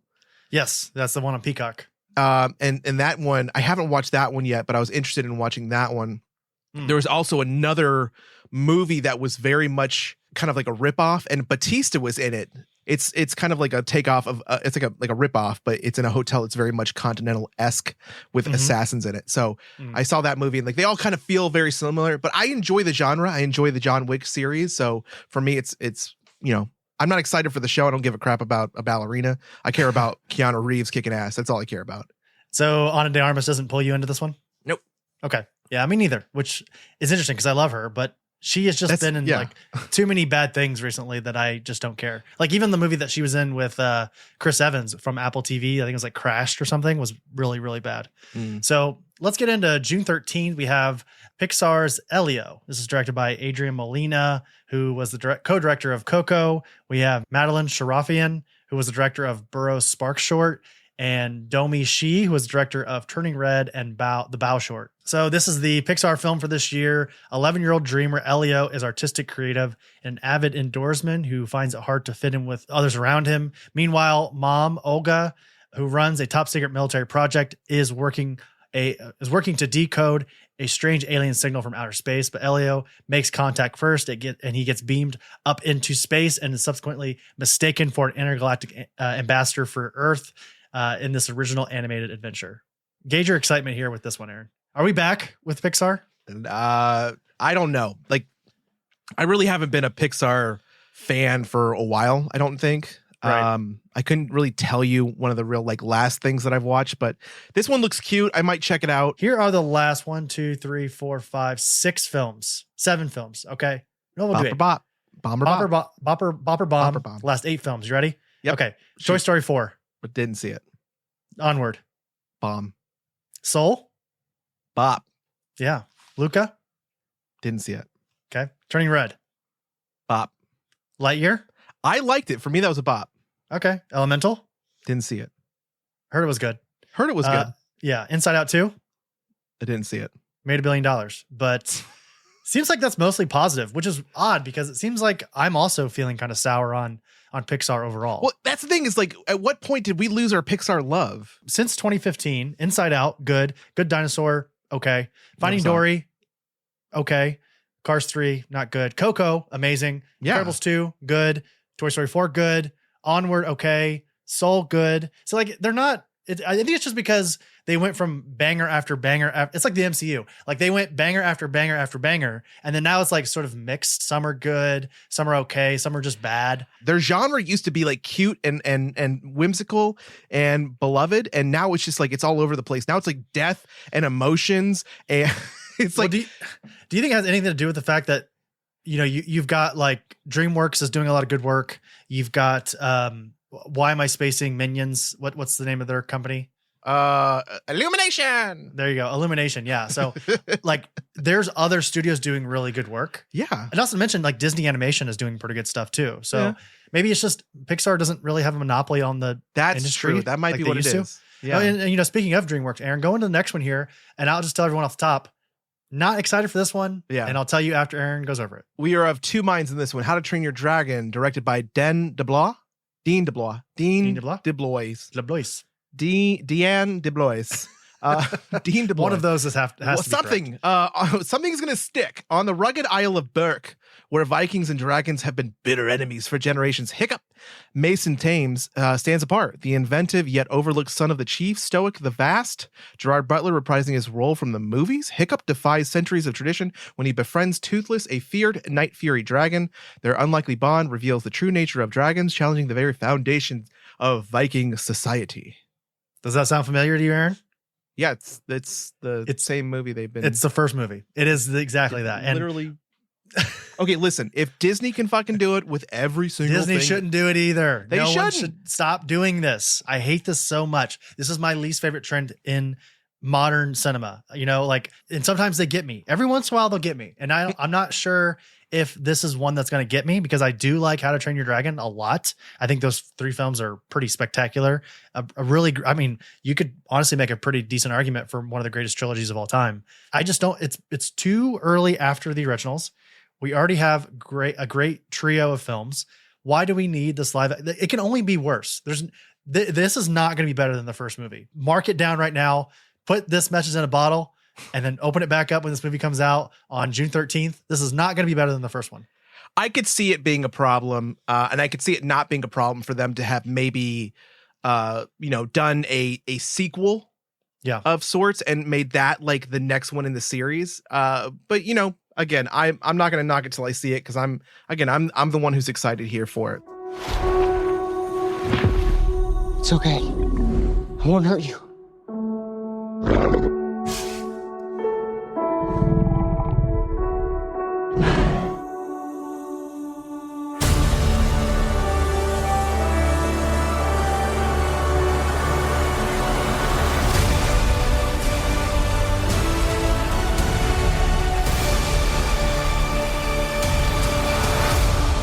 Toothless looks good though. Yeah. No Jay Baruchel. Why isn't he back? He's the only one that's not back. What the hell? Because he's not 14 anymore. He's 49. Yeah. He was like 29 when he took the role even. But okay, so June 20th here, we've got 28 Years Later, being directed by Danny Boyle. This is essentially just the third film, the long-awaited third installment in the 28 Days Later franchise. Cillian Murphy is set to be back, but the plot is still pretty unknown. So more 28 Days Later. That's a good deal. And of course, Danny Boyle coming back to direct as he did the first 2. No complaints on my end. So yeah, I'm happy with this. I'm excited for that one. According to sources, this film was shot on an iPhone 15 Pro Max. What? Making history as the largest movie ever filmed using a smartphone. No kidding. Starring Aaron Taylor Johnson, Ralph Fiennes, Jodie Comer, and then Cillian Murphy. Now, I feel sad like reading on this one, because I know this is one that you're super excited about, but I'm going to go ahead and just cover it anyways. F1, June 27th, F1 is being released, directed by Joseph Kosinski. Sonny Hayes, played by Brad Pitt, a Formula One driver who raced in the 90s, has a horrible crash forcing him to retire from Formula One and start racing in other disciplines. A Formula One team owner and friend contacts Hayes and asks him to come out of retirement to mentor rookie prodigy Joshua Pierce, played by Damson Idris. I wonder if he's related to Idris Elba. On the Apex, last name, first name, different. Yeah, whatever. On the Apex Grand Prix team. And I'll say this. I saw Gran Turismo. I really fucking love that movie. And you said like you're excited for this one. So yeah. Okay. What did you think? You saw the trailer for it before we started recording. It's just Top Gun with F1 cars. That's all it is, everybody. Yeah. And you know what? It's Joseph Kosinski who did Top Gun Maverick and Tron Legacy. So, I'm going to trust Joseph Kosinski until he proves me wrong. I'll see it. I'll watch it. And this would probably be a really cool one to see on like a big screen. Definitely. This was filmed with IMAX cameras. Brad Pitt has been all over the world doing like actual driving. So he's basically just doing the Tom Cruise of it all. You get a little Javier Bardem in the trailer as well, which is exciting. So yeah, I mean, again, if it's literally just Top Gun Maverick, but with Brad Pitt, Javier Bardem, and F1 cars, I'm in. Like I'm fucking, you have my money and I'll go see it 4 times. So up next here, we have Mithrigan 2.0, or just Megan, directed by Gerald Johnston. This is going to be the sequel to 2020's Mithrigan, which made a shit ton of money and was pretty bad. So gauge your excitement with that one, Aaron. I don't know what they're going to do if TikTok gets banned and nobody can do the Megan dance on TikTok. Right. It's already banned. Yeah, we're screwed. All the marketing's out the window. So I don't know. Megan was surprisingly a fun like watch. Yeah, it was okay. It wasn't like, I don't know. It wasn't great by far, but it was surprisingly fun. I think it came out at a perfect time. It came out in like early 2020 when people had nothing, literally nothing else to do. It's like this, Tiger King. They both were so popular because it was the only stuff that was on. Also, I think not that this wasn't good, but also Squid Games. Like there are certain things that just thrived during that time. Okay, we're moving to July 2nd, Jurassic World Rebirth, another one. Okay, hold on real quick. Before you get into this, don't look at anything here. Do you want another Jurassic World? Just forward facing. I I don't want any more Jurassic anything. Okay. Bet Jurassic, I don't want it. Bet you're Jurassic. I don't want none of this. Go into some of the details here and then tell me if the changes at all. Okay. Directed by Gareth Edwards. And now, 5 years what do you post. know him? Sorry. What do you know him from? I don't. He did Godzilla, the newish one, Rogue One, and he did The Creator. Remember The Creator from last year? Okay. I'm in. Yeah. That's what I'm saying. He knows scope. Okay. I'm in. I'm sold. Check. 5 years post Jurassic World Dominion, an expedition braves isolated equatorial regions to extract DNA from 3 massive prehistoric creatures for a groundbreaking medical breakthrough. All right. Sure. Yeah.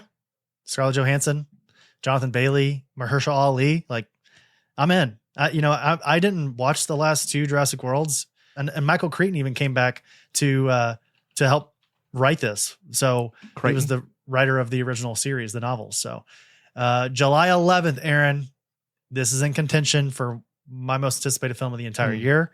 I would dare to say it's probably yours, one of yours as well. But we have James Gunn's Superman movie. This is going to be the start of a very, very intense July. I'm very excited for this month. This might be like the 1 month I'm most excited for in 2025. Follows the titular superhero as he reconciles his heritage with a human upbringing. He is the embodiment of truth, justice, and the American way in a world that views this as old-fashioned. So David Cornsweet's joined as the new Superman. This is essentially, I mean, we're just a couple days removed from the release of Creature Commandos, the animated series on Max, which was good, but I would probably say this is the actual beginning of DC Studios. Would you agree, or do you think it really actually starts with Creature Commandos? I'm going to go with Creature Commandos. Yeah, I mean, I guess a little bit. Guess. Yeah, but why not start with the Man of Steel to kick off your universe? Same way that Zack Snyder did with his. Because you don't blow your load on your first stroke, my man. That would have been Batman. All right, we don't even have a Batman in this universe yet. Neither do we. We don't have a Batman or a Wonder Woman yet in this universe, which is fine. I'm okay with that for now. Good. So I'm so excited for this. James Gunn can, in my opinion, and I'm going to knock on wood loud enough for everybody to hear, can do no wrong. Everything that he touches. Guardians of the Galaxy, Suicide Squad, December Brightburn, 6th, Scooby-Doo. 2024. Yeah, write it down because 4:32 p.m. EST. This is going to be good. Everything I've seen from James Gunn just gets it, and I'm so happy that he's now in charge of DC Studios with Peter Safran because he just gets it. He understands these characters, and I've heard him say multiple times in like press junkets for Creature Commandos that DC Studios, yeah, of course, they've sort of headlined multiple installments over the next couple of years, but all their movies are writer based.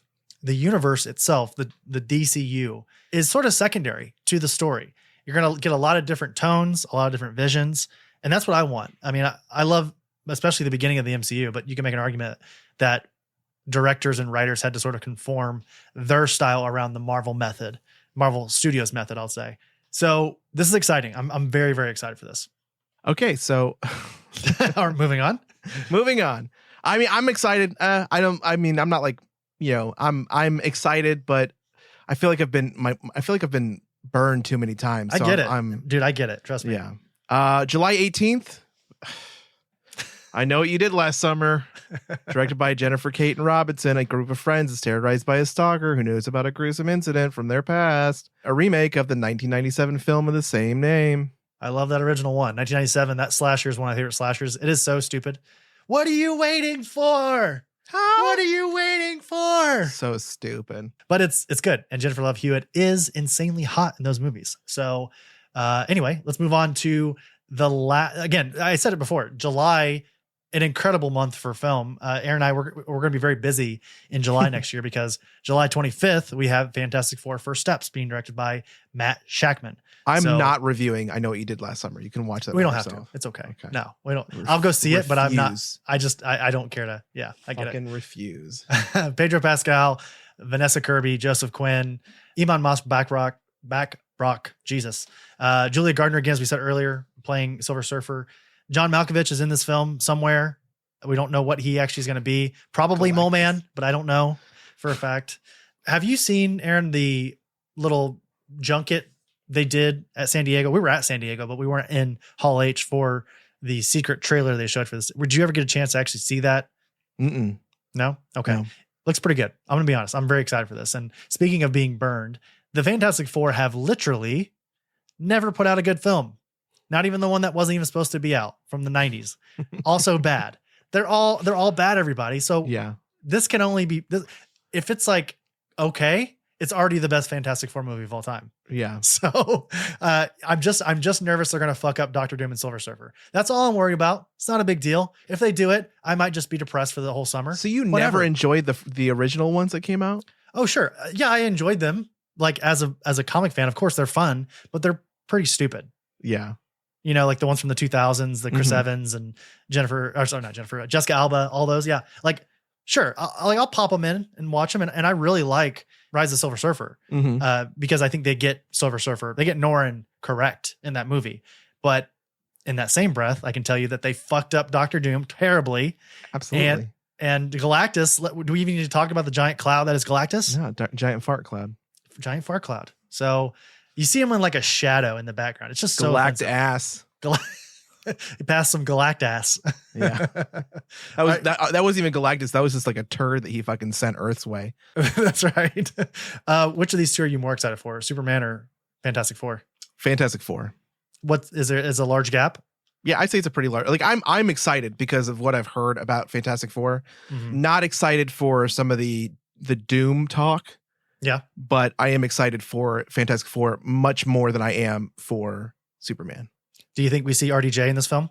I think they said that he's going to be like a post-credit cameo or something. It's rumored, but it's not confirmed, of course. I feel like we might. I feel like it's going to jumble it up. Plus, we have to, right? Yeah. This is the movie before Doom War. Yeah. Like, if we don't see him at some point in this movie, it's going to be really weird. People are going to be like, why the fuck is Tony Stark Dr. Doom? Why is he the bad guy in this one? Yeah.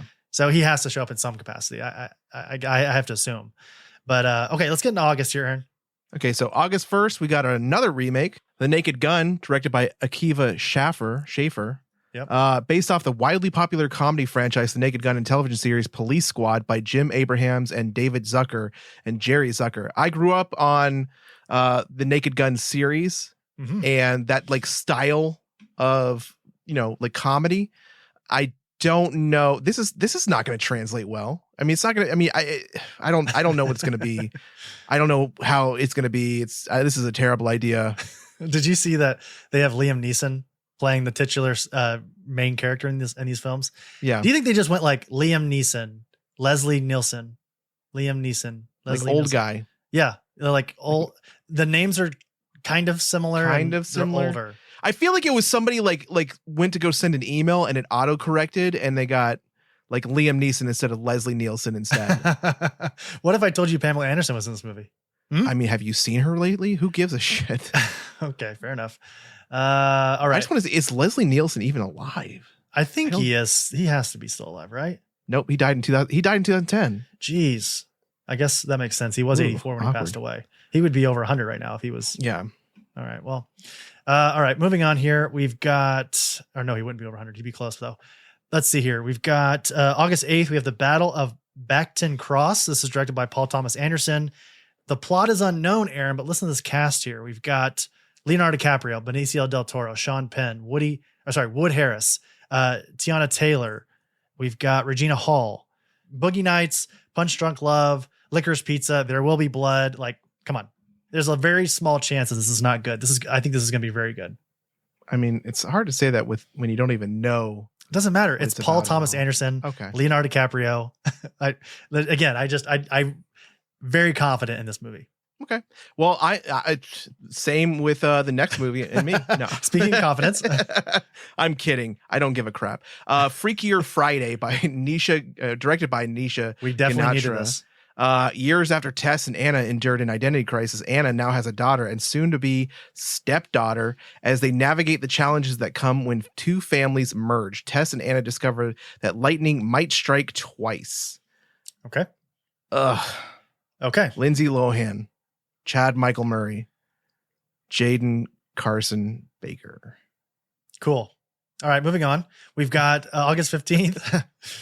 We've got Animal Friends. This is being directed by Peter Astasio. I think is how you say that. Again, cast is pretty cool. Ryan Reynolds, Aubrey Plaza, Jason Momoa, Addison Rae, Dan Levy. It looks like this is so the synopsis is essentially two animals become unlikely friends. I would be surprised if this is not either an animated film or like one of those, they're real dogs, but they animate the mouths to talk kind of thing. So who knows? But anyway, let's move on to the next one here.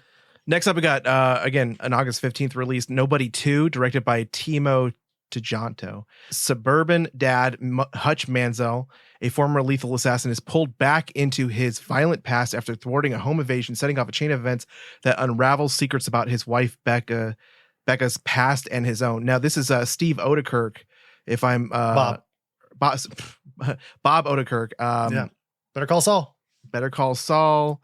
But it doesn't say that he's in this one.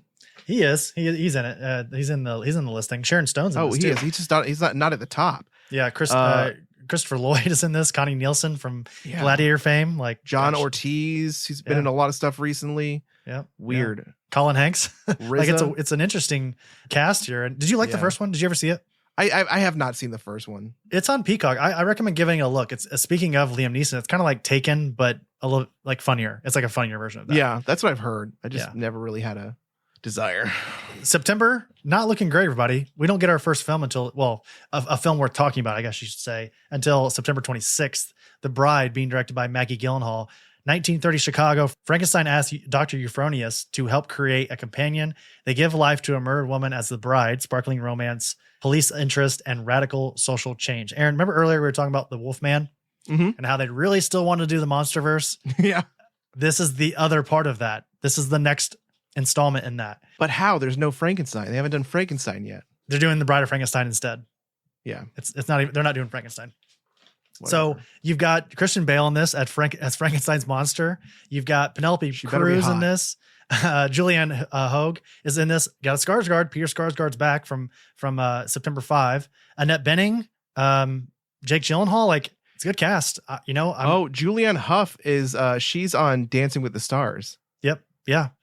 So Annette Bening's good. Yeah. I think this could be good. Maybe they figured it out. Yeah. Maybe they've done it finally. I don't know. I said they are. I said they're almost there. They have a Sarsgaard. Skarsgård. They're almost there. Yeah. Aaron, when do you think they're going to stop making Saw movies? Never. That's like Land Before Times. Yeah. You know, we've officially eclipsed the Fast and Furious films with Saw 11. The 11th, everyone, listen. The 11th installment in the Saw franchise. And that's not even does that include Spiral? I don't think so. Does that include Jigsaw, like the side films? I would think it would include Jigsaw. You do realize I was supposed to do Saw 11, right? I apologize. Go ahead. It's okay. It's okay. It's fine. I'll just take 2. That's fine. October, we're now in October 3rd. Yep. Michael, directed by Antoine Fuqua. Biopic of the most famous musician, Michael Jackson, known as the King of Pop. Did you see that? Did you see that this is being you've got Coleman Domingo in this, which is cool, Miles Teller, of course, and then I think it's Jafar Jackson, who is related to Michael Jackson in some capacity. Maybe it's his nephew, perhaps, is playing Michael Jackson in the film. Okay, he looks like he's an impersonator. Yeah, I could see that. Are you at all interested in this? Not really. I mean, I don't. It doesn't tease me. Next up, October 10th. Here we go. The biggin. This is the biggin. There's a Chungus Among Us. Got to bring back our fan favorite segment, Tron Talk. Yes, Tron Talk. Tron Ares, October 10th, directed by Joachim Röning. Yeah. A highly sophisticated program, Ares, is sent from the digital world into the real world on a dangerous mission. Oh, interesting. So maybe they finally got a hold of some kind of key to save the grid.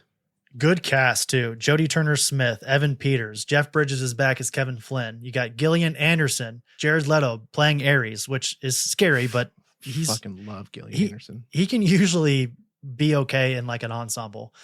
Cameron Monaghan, you've got Greta Lee from Past Lives fame, Hassan Minaj. Like, this is a good cast. Cameron Park is in this as well. Like, I'm very excited for this. And then also they just recently announced at D23 Nine Inch Nails. So it's not gonna be Daft Punk. That's right. Which is a bummer, but Nine Inch Nails is doing the soundtrack, which is still really cool. So they do a really good job with soundtracks. I'm forgetting the movie that they did recently, but Aaron, this is again a pillar in our friendship, Tron. Obviously, we named our bonus podcast, The Grid off of Tron. We love Tron Legacy. Again, speaking of Joseph Kosinski and all of that, Jeff Bridges is back somehow. Don't know what he's doing in this movie. He died in the last one, but it's nice to see. Well, no, I think that he was like somehow like he kind of like I think he almost ascended. He leveled up into full Gotham. Yeah. Maybe the interesting thing about this is that apparently Jared Leto was a producer of the show, the Tron show. It's surprising that they don't have some kind of television show for Tron. That seems like a pretty they had the Tron. Yeah, they had the animated series. Yeah, I know, but I'm talking about like I would love a live action Tron television series somehow. Sure, sir. If we're looking to get a TV series, why can't Tron? Because we don't want it canceled season 1.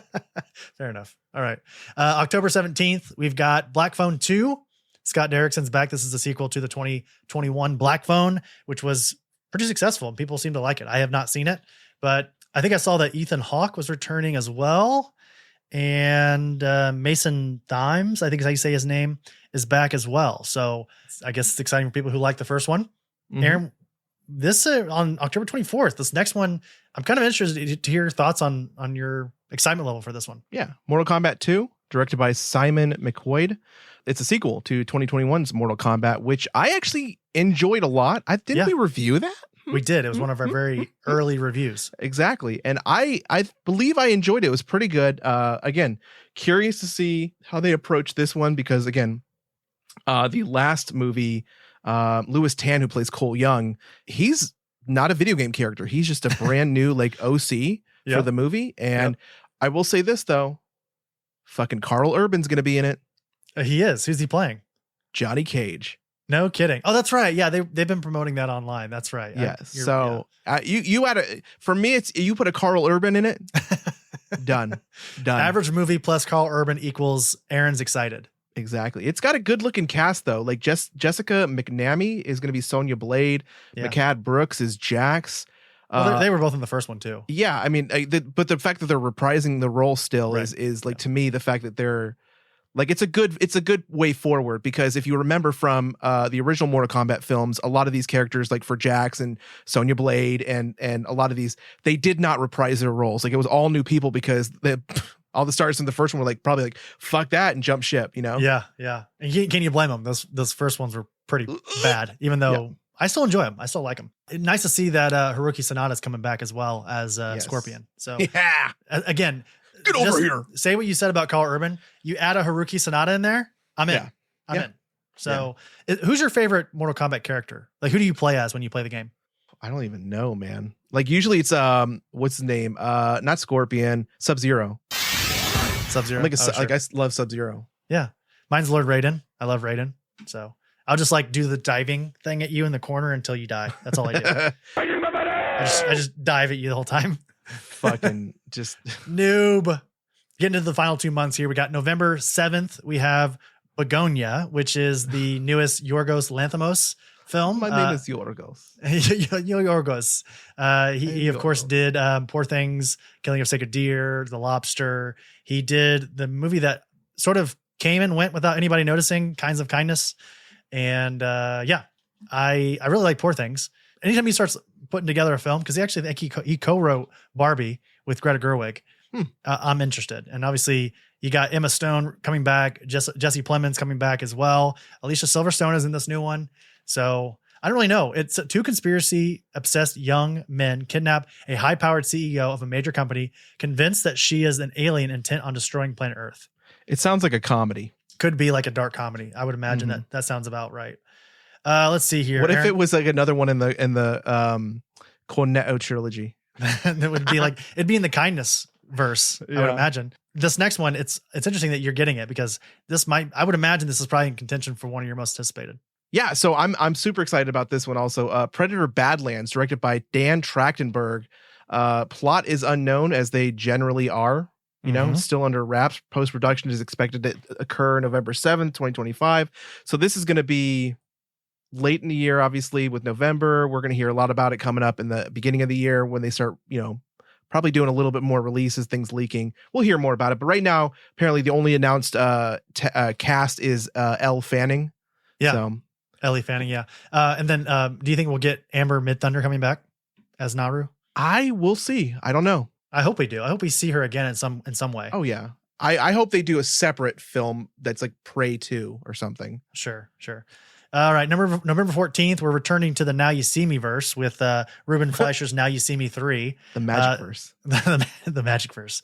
The card trick verse. The last one came out, I want to say in 2014. I don't remember exactly when the second one came out, but that came out a while ago. I liked this franchise, 2016, excuse me. Jesse Eisenberg, Woody Harrelson, Rosamund Pike, Daniel Radcliffe, Morgan Freeman, Lizzie Kaplan, Isla Fisher. Is that Dave Franco? There's a couple of them that are returning from the previous installments. And these are just sort of fun. They're a little bit stupider versions of the Ocean's movies. Yeah. Right? They're Ocean's movies with magic, essentially. Yeah. If Daniel Radcliffe doesn't get to be a complete dickhead in this movie as a magician, I don't want to see it. Yeah. Yeah. So you got November 21st, you got The Running Man, directed by Edgar Wright. It's the futuristic United States of 2025 when the world has become a dystopia. Really good cast we're looking at here. But if you don't know anything about The Running Man, it was originally an Arnold Schwarzenegger film where he is, I want to say he works for a company. He knows some secrets or something happens. He gets basically tossed into this game where he's basically being chased by these celebrity killers. If you ever remember the comic that we recently talked about, Canceled, it was very much like that. Just again, fighting for your life. You got to make sure that you got to survive the night. Glenn Powell's going to be in this. Yeah. Ben Richards, Josh Brolin, Katie O'Brien, William H. Macy, Michael Cera, Amelia Jones. I think it's got a great cast. I'm excited to see it. It's The Running Man. I just hope they don't go too far off book from the original. Did you ever see the original Running Man? Oh yeah, of course. But to sort of appease your worries, it's Edgar Wright. He doesn't make a bad movie. Edgar Wright, his worst films are still incredible. When I look at his filmography, I'm thinking of The World's End and maybe Last Night in Soho as maybe his bottom two films. I still love both of those movies. Edgar Wright is one of the Driver, best. Scott Pilgrim. Right. Grindhouse, Hot Fuzz. Yeah, definitely going to be someone that we can count on for a good film. At least if not a good time. Right. Wicked Part 2 coming out November 21st also. Let's talk about Part 1. Yes, last week. Yeah. Directed by John M. Chu. If you haven't seen Part 1, you're an idiot. Get out there, go see it. You're missing out. What are you waiting for? You're missing out on something incredible. But again, The Running Man's going to get crushed. Yeah. Sorry, let's just be honest. Yeah, it's going to get crushed. And the fact that it's coming out almost to the day a year later is great timing, good marketing. I think it's going to be phenomenal. Again, this year was kind of weird because you had 3 films like Moana 2, you had Wicked Part 1, and then Gladiator 2 that came out around the same exact time. So weird that this year there's a huge competition for this time of year, but this is not going to be a competition, and The Running Man is going to get absolutely demolished. Sorry, Edgar. It's almost like the same scenario for Wicked, because The Running Man, I'm assuming, is going to be kind of a broy movie. It's going to be for the guys. This one's for the guys. Right? And then Wicked, of course, is, I would say, mostly aimed towards women. But you and I loved Wicked. And then that next weekend, the Thanksgiving Day weekend, which again, as you said, lines up perfectly with this year with Part 1. You have Zootopia 2, which could end up being the same way that Moana 2 came in and sort of cut the ankles off of Wicked and its overall what it could have done. Zootopia 2, which people want this sequel to Zootopia. We could see a very similar thing where, Wicked 2 is sort of handcuffed in that way. Mm-hmm. Did you like Zootopia? Yeah, I really like the first one quite a bit. Yeah. And I'm definitely excited to see the second one too.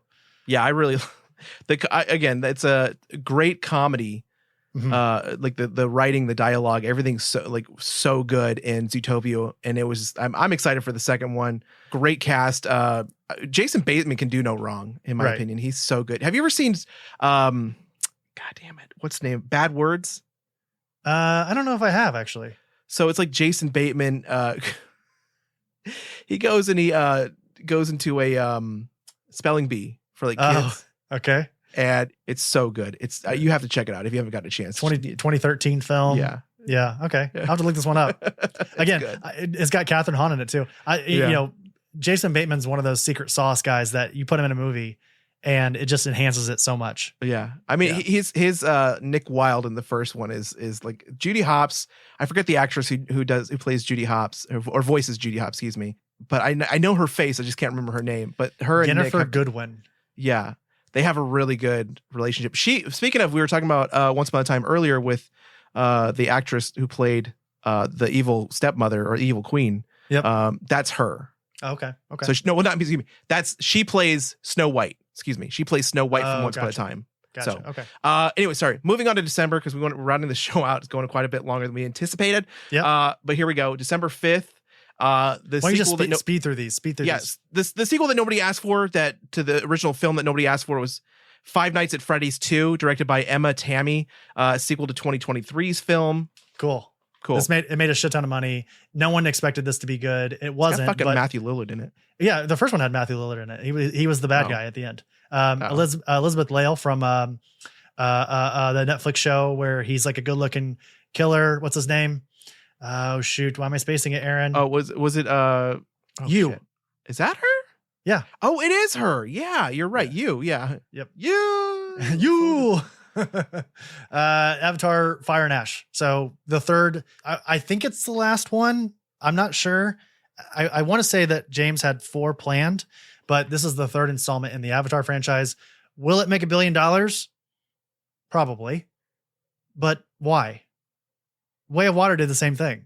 Made $1 billion. Remember when we talked about how like Endgame eventually surpassed Avatar? And we're like, well, that makes sense because everyone and went then and saw they put it Endgame. back in theater. And yeah, then Avatar came and like usurped it again. They're like, nope, motherfuckers. But The Way of Water made $1 billion too. I don't know what the appeal is. I don't understand it. Yep. The untapped market for Avatar, I just don't get it. And then SpongeBob movie Search for SquarePants. Are you excited for this one, Aaron? Nope. Okay. And then round us out The Weekend. And there'll be other movies that come out throughout the year that are not on this list, but Sarah's Oil, directed by Cyrus Nostaresh, I think is how you say that. 1914, an 11-year-old black girl, Sarah Rector, struck oil on her Oklahoma land, igniting greed and corruption. Despite adversity, she prevailed through courage and faith, becoming the wealthiest black girl in the world. So interesting. Okay, cool. Zachary Levi's in that one. But anyway, that'll do it, everybody, for 2025. Again, there will be other films that come out throughout the year, but that's sort of a good starting point. Honestly, I feel like we covered a lot more than we should have. But Aaron, some questions for you before we end this episode. Send it, friend. Which of these films do you feel most confident in flopping? Like, which of these films do you think undoubtedly flops? And I already said mine from earlier. It's undoubtedly flop. Yeah, I would definitely Snow White. I would definitely go with Snow White. That it's going to be like a fucking shit show. Snow White, definitely. Honestly, I could see Jurassic World Rebirth possibly flopping. Naked Gun. Yeah, I definitely could see that not being popular, but also I don't think there's like a ton of excitement for it to begin with. Mm-hmm. Not that there's like a ton of excitement for Snow White either, but it's a Disney live action film that they put $300 million into. It's a classic IP. So like if it's not successful, I think actually the two leaders for me are Lilo and Stitch and Snow White. Those two, I could easily see both of them flopping. Minecraft will not flop simply because the amount of kids that play that fucking game and will go, and adults and everything. Yeah, that one's we'll be there. There's, I mean, I will. I don't know if you will. Is there a movie that you want to review that you think I am not already on board for? I would say maybe The Electric State. Yeah, I'm not excited for that one at all. Yeah, so that could be one that you might have to convince me of. Yeah, I think that would be I think out of all the ones that I want to would like to review, I think that's really the only one that I don't see you being on board for. Sure. Okay. What about you? Mine would be Passion of the Christ, Resurrection - Chapter 1. You want to review that? I'm just kidding. No, I do not. I'm just kidding. I mean, literally. Jesus, literally. I would say it's probably F1, the Joseph Kosinski film in July. Basically Top Gun, but with fast cars. Yeah. So I know you're not like jazzed about that one, but I'm very excited for it. Yeah, you're pretty correct on that one. But I for you, I've done it before and I'll do it again for you. Because you're gonna it's my baby boy. We got Craven coming up. That's right. God damn it. Okay. What do you honestly think is the best nerd related film on this list for 2025? What do you think would be the best nerd related film? The best nerd related, or just like it's most. Which one do you think you're going to like the most? The one I'm going to like the most. Let me list some here for you. Okay. I'm just going to go down the list here. We've got, we're into nothing in January, nothing in February. Captain America Brave New World would be one, obviously. The Electric State, the one on Netflix. Minecraft, Thunderbolts. We'll throw Mission Impossible: The Final Reckoning in there as well. 28 days later, 28 years later, excuse me. Jurassic World Rebirth, Superman, Fantastic Four, Final Steps. We'll throw Tron Ares in there, Mortal Kombat 2, Predator Badlands, and I think that's probably it. Which of those do you think is going to be the best movie? I think we'll probably cover all those on the. I mean, honestly, I think probably Fantastic Four. Okay. Yeah. I mean, so here's my hope. I hope it's Tron. I hope Tron is the best of all those. Oh, we always want Tron to be the best. Yeah, but I think it's probably going to be Superman. So one of us will be right in July. We just don't know which one yet. But I think it's Superman for sure. Yeah, I would like, my guess is either Fantastic Four or Superman. One of those two. Yeah, I think it's the same for me too. I think one of those is going to be the year's best in terms of nerd films. And then which of these are you most excited for? Believe it or not, the one that I'm actually the most excited for, besides most anticipated. Yeah, I'm not going to say Tron Ares because that's a given. Yeah. But honestly, The Amateur. Okay.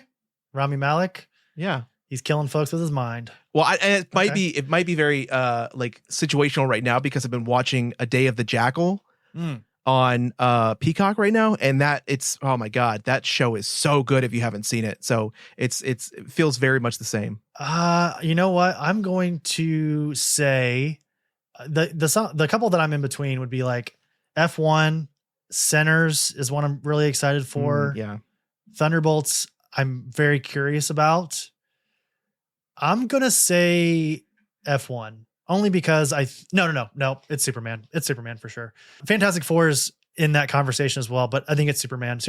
I'm so excited to get James Gunn in charge of this universe. So that I think will do it, Aaron. I think we can put a pin in 2025 in terms of what we're excited for. Let us know if you guys have any movies that you're really excited about that we didn't spend a ton of time on here. Or if we missed anything. Yeah, or if we missed it. Yeah. For some reason we didn't capture something. We missed it completely. Let us know. We'd love to hear what your anticipations are. Absolutely. Well, Aaron, I think that'll do it for episode 176. Take us out of here. Finally. Gosh, over 2 hour long episode. I'd like to keep this to a crisp 90 minutes. That's what I said before we started recording. Subscribe to our podcast, Apple Podcasts, Spotify, YouTube, Audible, iHeartRadio, wherever you listen to your podcast. That's where we are. Thank you to our patrons, Alex, Alice, Aaron, Botter, Chris S, Chris Y, Christy, David, Elliot, George, Yanni, Greg, Haley, Ham, 6, Jake, Jeremy, Kyle, Losi, Mac, Miles, Mike, Olivia, Ryan, Robert, Travis, Zach, and Brad, and Lisa. Boom! Nice. That was good. Perfect. If you want to support the show without spending any money, a follow on your preferred podcasting platform and a 5-star rating and or review on Apple Podcasts and Spotify helps the show a ton. Do you hear this articulation? I hear the it. G Fuel is kicked in. I am fucking on the. You are locked in. Locked in. Follow us on social media: Facebook, Instagram, TikTok, Blue Sky, and Threads at Oblivion Bar Pod. Brand new official merch of the show there we go. There it is. For the show is on our website, oblivionbarpodcast.com. Thank you, KXD Studios. For all, you're no longer G Fueled. For all our Oblivion Bar art, he's at KXD Graphics on Instagram. Thank you, Dream Kid, for all of our musical themes. Thank you, DJ Skyback, for our grid theme. And last but not least, don't forget to tip your bartenders 20% or more, or we'll make you sit down and watch the sequel to Passion of the Christ, Resurrection, Chapter 1. You have to watch it with us. We'll peel your eyes back. Next week on the show, Aaron, you've already mentioned it. We're going to be reviewing Kraven the Hunter. Yes. So I've got lion juice in my blood. Oh God, guys, I'm not excited. I'm not excited. Give me a rating from 1 to 10. Number 1 being I am so excited that I could peel my eyes back to watch Madam Web again, or 10, I'd rather watch Madam Web again. I'm like at like a 4. Like I think this is going to be better than Madam Web, but it's still going to be bad. So it's not really a high bar to hit, everybody. No, this is there. We are not going into this film anticipating much, but we are going into this film expecting very little. Yeah. It's just interesting now that every time I see Russell Crowe in a film, I'm like, this is probably not going to be very good. I hate that we're there now. I just hate that we're there. That's pretty fucked. Yeah. All right, everybody. That'll do it for episode 176. We will see you next week for episode 177.